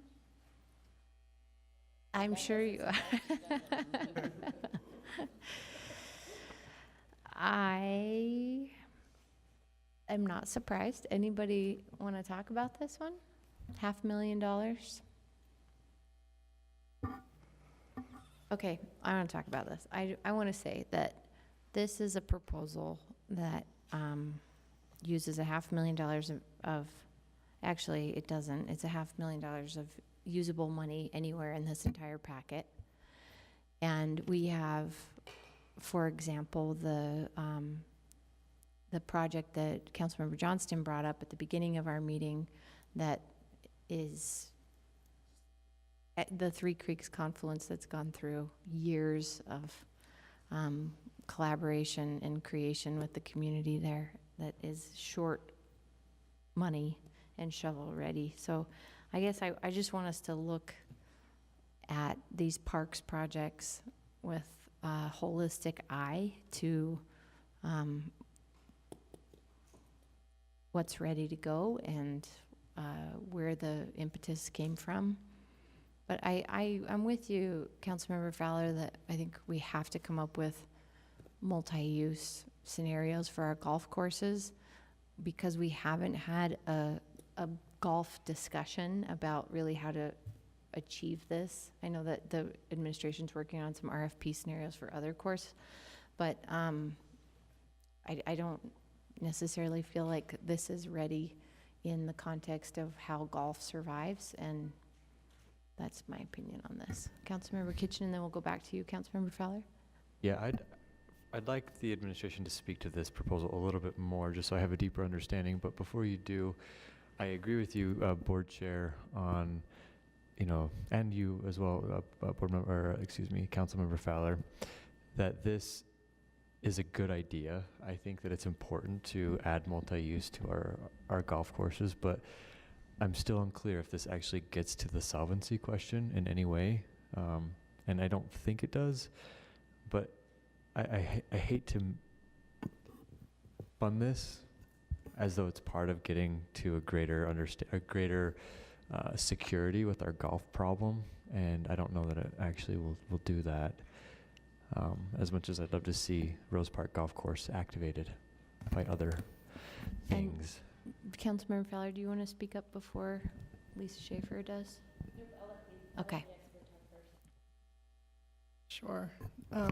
And is the question specifically about? My question to the administration is if you could just speak to the proposal a little bit more so I have a clearer picture of what you're asking for. Sure. So during the budget conversation for fiscal year 19 budget, three of the takeaways that we went away from the table with for the golf budget were that we needed to find diverse revenue. We needed to find multiple uses for our existing golf courses. And this is one of those. This is one of those proposals, and so we are actually in the final phases of an RFP for another golf course, or it could potentially be this one too. We're leaving a little bit open in the RFP process, and so this is the other solution, right? So this is bringing that other option to the table, which is recognizing that we have 1,000 acres of very incredible open space land in our golf system, and what are the ways that we can use that the general public can use that golf property so that it is not an exclusive use to the residents of the city. And so this is in response to that. And what will the trail itself be like? Will it be paved asphalt? Will it be wood chipped? What are you thinking here, and how will it interplay Sure, with the Kristen golfing? can answer that. Okay. And I'm not sure we're down the path on the design as far as the materials, but we do have some concepts in mind. So if you could get to that, but then also answer whether or not this is considered shovel-ready. Yeah. I mean, I think that if we had the funding available, it's one of the kinds of projects that we could do very quickly. Okay, thank you. It is. In fact, the design consultants this week just came up with a plan to route the path through the golf course in a safe manner. So we were somewhat concerned about the path and the golf balls and that kind of thing. And our original plan had to be changed so that there weren't large fences all throughout the golf course. So it is definitely feasible and shovel-ready. So to answer your question about the surfaces, so the northwestern loop of the path would be fully paved, and it would be great for rollerblading, strollers, and longboard type activities. The eastern loop of the path would be compactable, durable, permeable surface. So that could be like DG, like crushed granite, or it could be like a permeable pavement type thing, so that you could have strollers, walkers, joggers, that kind of thing. And then the southern loop would include natural surface pathway and paved pathway, so it's a combination of both. And I would like to just add to that this is also in response to a need that we have in our city. We could probably book a 5K race every day of the week at Liberty Park, for example, because it's a closed loop. And we have a need in our city to have other places where we can hold these types of events. And so this would help us meet that need as well. So one lap around would be a 5K or two? It's the closed loop would be one full loop. Be 3.1 or whatever. Well, 3.5 miles. 3.5. That's okay. the east loop.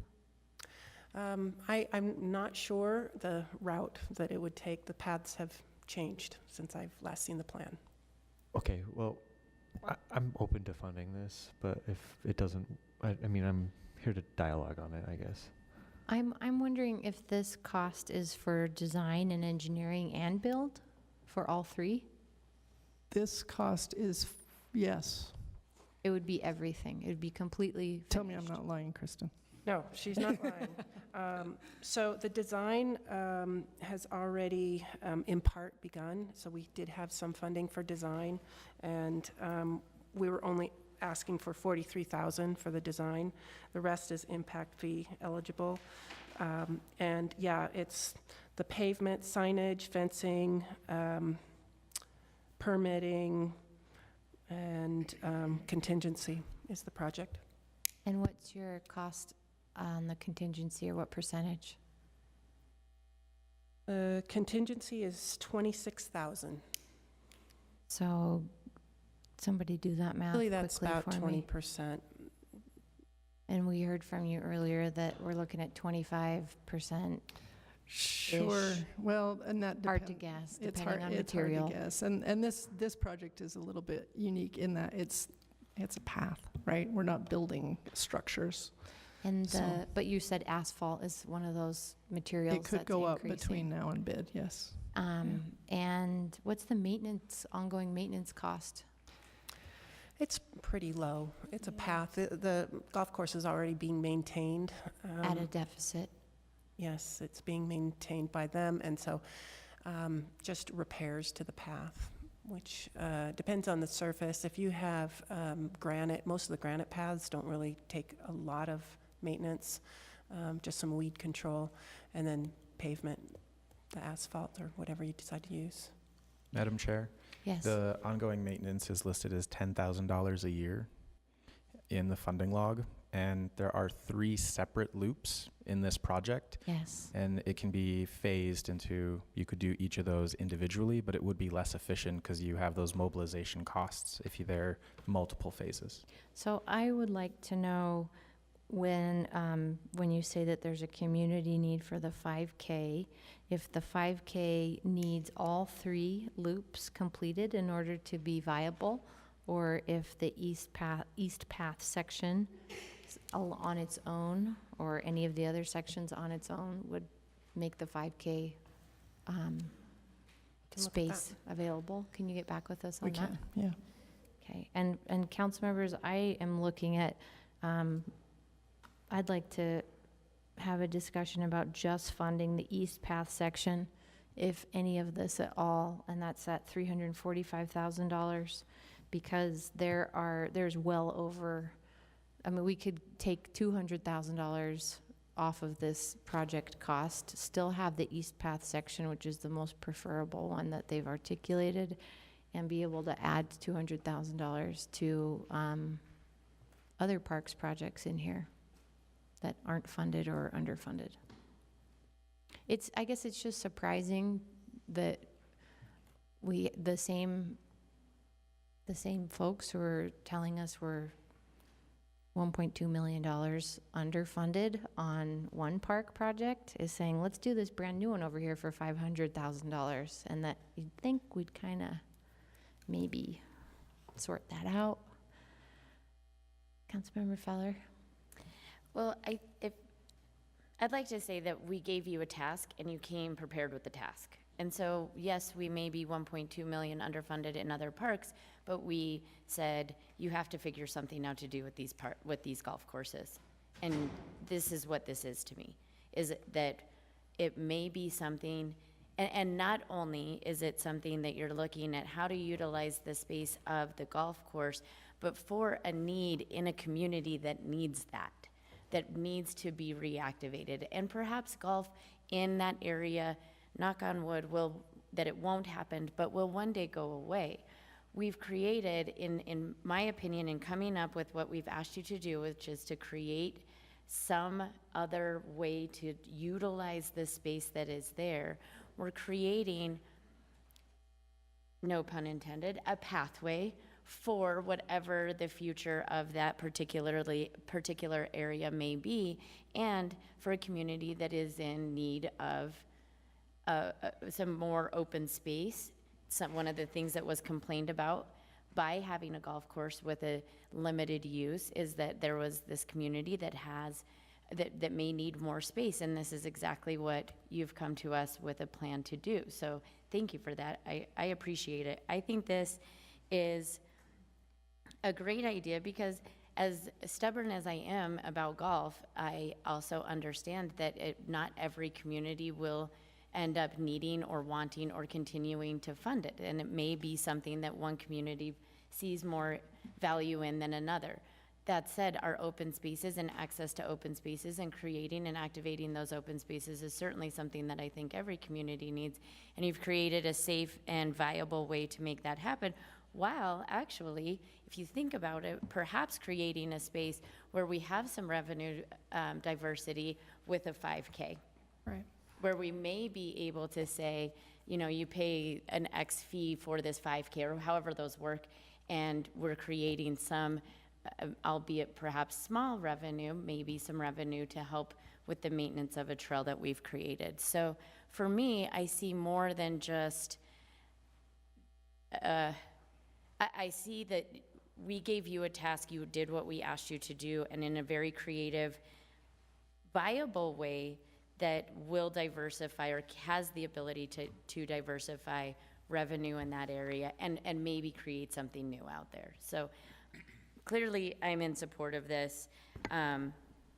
And to be fair, I'd probably be in support of it, even if it said, and we're getting rid of golf there. I mean, I'd cry and probably throw a tantrum, but again, we're looking at what the community actually needs while trying to still save what we already have. We've seen the detriment of getting rid of a golf course without having a plan afterwards, right? And so this at least is allowing us to continue that plan through there. So I would be in favor of funding the whole amount, because if we can actually get it done, which is one of the things we've been talking about, is we have these projects that then we can't get done, or we're only partially funding, and then it sits partially done, where this, from what I'm hearing from you, could be done rather quickly and from start to finish with this funding. Yes. Correct? Yes. And I'm hearing that we can get it to that community viable in the 5K position with potentially $345,000. So if you can get back to us. Absolutely. We're Can out I, of can I add one more thing? It's got to be brief because we're out of Very time. brief. So I failed to mention that one of the goals that we had with these trails through the Rose Park Golf Course is that we are trying to connect a lot of kids that live in the neighborhood with other amenities. So we have a school on one end of the golf course and a school across Redwood Road on the other end of the golf course. And this pathway would create a great way for them to quickly and easily traverse the course and get to where they need to go. So it connects the neighborhood. Okay, thanks. And perhaps you could, since you've already begun the design, share with us some of a map or something to show us what these trails do and the length of the trails. Okay, we're going to have to call it quits for tonight. We had 20 minutes on next week's work session for CIP, but we didn't get far enough through this, so we're going to have an hour, and we got to work quickly because we're on item 8 of, I don't know, how many are in the capital? We've got, Feels like it. there's a dozen that are unfunded, and I think there's another half dozen recommended for funding. Great, so we'll do an hour next week on this one. Thank you, everybody, for helping us get through this one. Let's move on to our board appointments. I know Tom Godfrey's in the audience. That's item 8, our board appointment to the Public Utilities Advisory Committee. Come on up, former council member from District 5.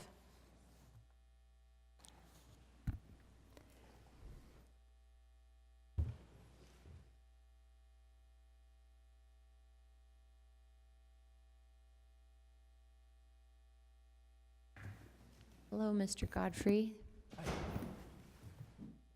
Thanks for being here. Thank you for having me. You have an illustrious water board background. Could you give us a little bit of that context? A number of years ago, I was appointed to the Metropolitan Water District of Salt Lake and Sandy, and I think we've explained to most of you when you've taken the tour that Metro controls a good part of Provo Water Users Association, 60%. So because of that, I'm also on Provo Water Users Association, and I'm the president of that organization as well. So, and then Laura Briefer suggested something last year that maybe I should consider being on Salt Lake Public Utilities Advisory Committee. And here you are. And here I am. So she wasn't the only one who thought that was a good idea. Oh. Well, it was kind of interesting because she suggested it a year ago, and then we had 2 new board members come on, so I didn't want to do anything yet with Metro Water. And, but we had an incident a number of years ago at the Public Utilities where they were looking over the budget for the year. And one of the board members said, "Who's this Metro Water?" And we immediately got our general manager into the next meeting to explain what was going on and with Metro Water. And I thought, you know, and I think Laura was thinking too, that that might be a good idea to have some kind of relationship between the two. And interestingly enough, Sandy City, the trustees that they put on Metro Water, both trustees serve on their Public Utilities Advisory Committee. I don't think Laura wants to go that far, just, you know, have all 5 of us come and be on the advisory committee, but at least one and maybe be able to explain some of the things that Metro is doing. And I've learned a lot about water over the years too, and so that might be of some help. And so it sounds like even if your terms expire or come to an end on Metro, your knowledge and your background with what Metro is, how, and the relevance of it would be relevant Yeah, forever on that public could be, utilities. Yeah, Great. that could be possible. Any questions for Mr. Godfrey, council members? I think we're all grateful for people who know something about water because it's really complicated and it's ever-changing. Well, it's kind of like coming on the city council. You all know You what would that was know. like, and I remember that too. And then water is the same thing. It takes a little time to learn it. So. Well, I think it's no coincidence that we say the first year on the council is drinking from the fire hose. There's a water reference there. So we're grateful for your time and your volunteering over so many years in service to our city and your specialty around water. By the way, we were talking about Laura. I should share with you that Laura is a standout in the water community. It's a male-dominated world, and with what she does in the legislature and everything like that, I mean, she's got a great reputation, and I think the city should be really proud of her. And I have her on, like, my executive committee for Provo water users because she's such a standout and really thoughtful. So you guys are really lucky to have, as a resident, I feel really good about that. Well, I would second that.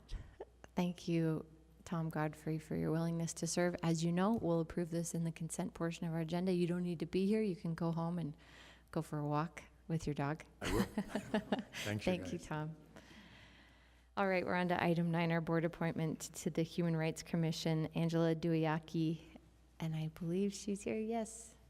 Come on up and have a seat wherever you want. Pull up a mic and tell us a little bit about yourself, please. Okay, so my name is Angela Tuyaki. I was nominated to be in the Human Commissioners Board, representing District 2.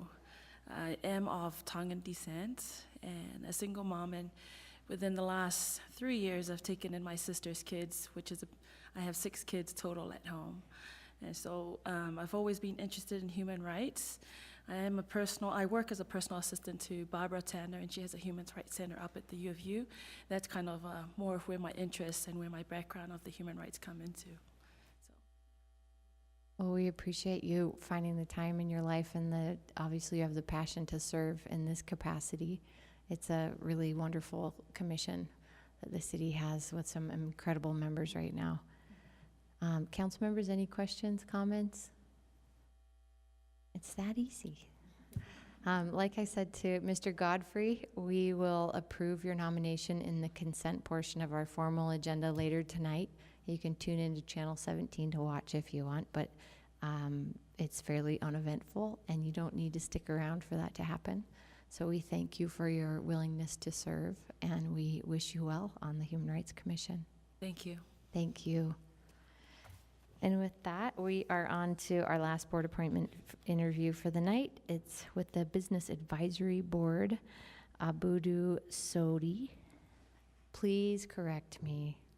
I will. Will you tell me how to say your name? I think they made it short to make it easy for you. It's Abudu Jana. So, Yes, let me try it again. all right, Abudu Jana. Jana? Oh, that's totally different than what I had on here. They made it short to make, so that you don't butcher it, but Okay. I butchered it anyway. I apologize. Will you please tell us a bit about yourself and your desire to serve on the Business Advisory Board? well, first of all, I'm an immigrant. I live in District 5, in your district. As a businessman and an immigrant, and a lot of people that I work with among refugees, I feel like we have a lot to offer, and it's a pleasure being in Salt Lake and being able to contribute in the community and give the growing number of restaurants and to have that perspective.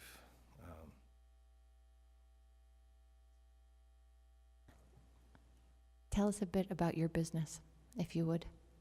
I bring in a fusion of Afro-Caribbean cuisine, kind of a safety net in a way. Can serve everything I want, from all the way from Africa to the Caribbean, giving you flavors and stories from all over. And how long have you been in business? I've been in business, officially got my license early this year. Forward to expand and hopefully to be a household name soon. I love it. All right, council members, any questions? Just thanks. A lot of thank you, and thank you for being willing to serve and take time out of your busy life of building a business and everything else to help build our community and give us advice on this business advisory board. So just like I said to the other two, you don't have to stick around. We'll approve you later tonight, and we thank you for your service. Thank you guys for your service. Thank you. That takes us to item 11, our report and announcements from the executive director, and Cindy has a few things for us. Okay. First of all, the council has appointments on the Citizen Compensation Advisory Board, as does the mayor, and then the board members themselves choose a final member. So we do have a vacancy right now in the city council area of the board. So we have a gentleman who was serving and is not planning to continue or not requesting to continue. So, is he moving? Thank you. Sorry. So, if you guys have suggestions on people, if you could please get those to council staff in the next week or two, that would help a lot. It's important to have the board as fully staffed as possible. Looks like they are planning to meet in October. Okay. And then on the capital improvement plan, sometimes we don't have a public hearing, a second public hearing on that because it's been part of the budget adoption public hearing. But as time goes on and it takes longer to get that processed, we begin to have questions from people about whether they'll have an opportunity to comment on it. And so we are suggesting, and we talked with the chair and vice chair about this earlier, suggesting just advertising for an extra public hearing to take place on October 16th, so that those people who have asked about it can have the opportunity to comment.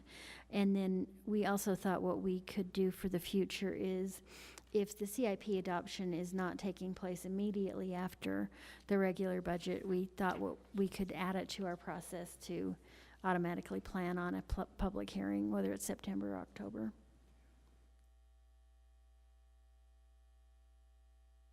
Aaron voted thumbs up. I don't think I get to ask for votes, but. Does anyone have any objections?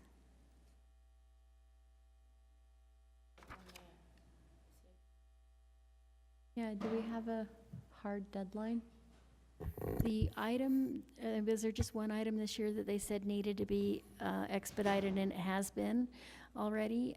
So the one back in June? So they'll just continue their work and start on this whenever you vote. And the only complication is that to the extent that the council doesn't adopt later in the year, that can sometimes affect who applies for CIP funding for next year. So, people might be preparing applications and then decide not to prepare them if they get funding this year, for example, or vice versa. So that's the only complication. Sooner is better, but if you're not ready, then wait.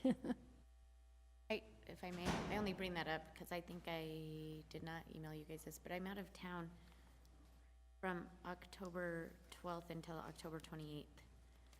So the October 16th, I would hope that we don't vote then because I won't be here.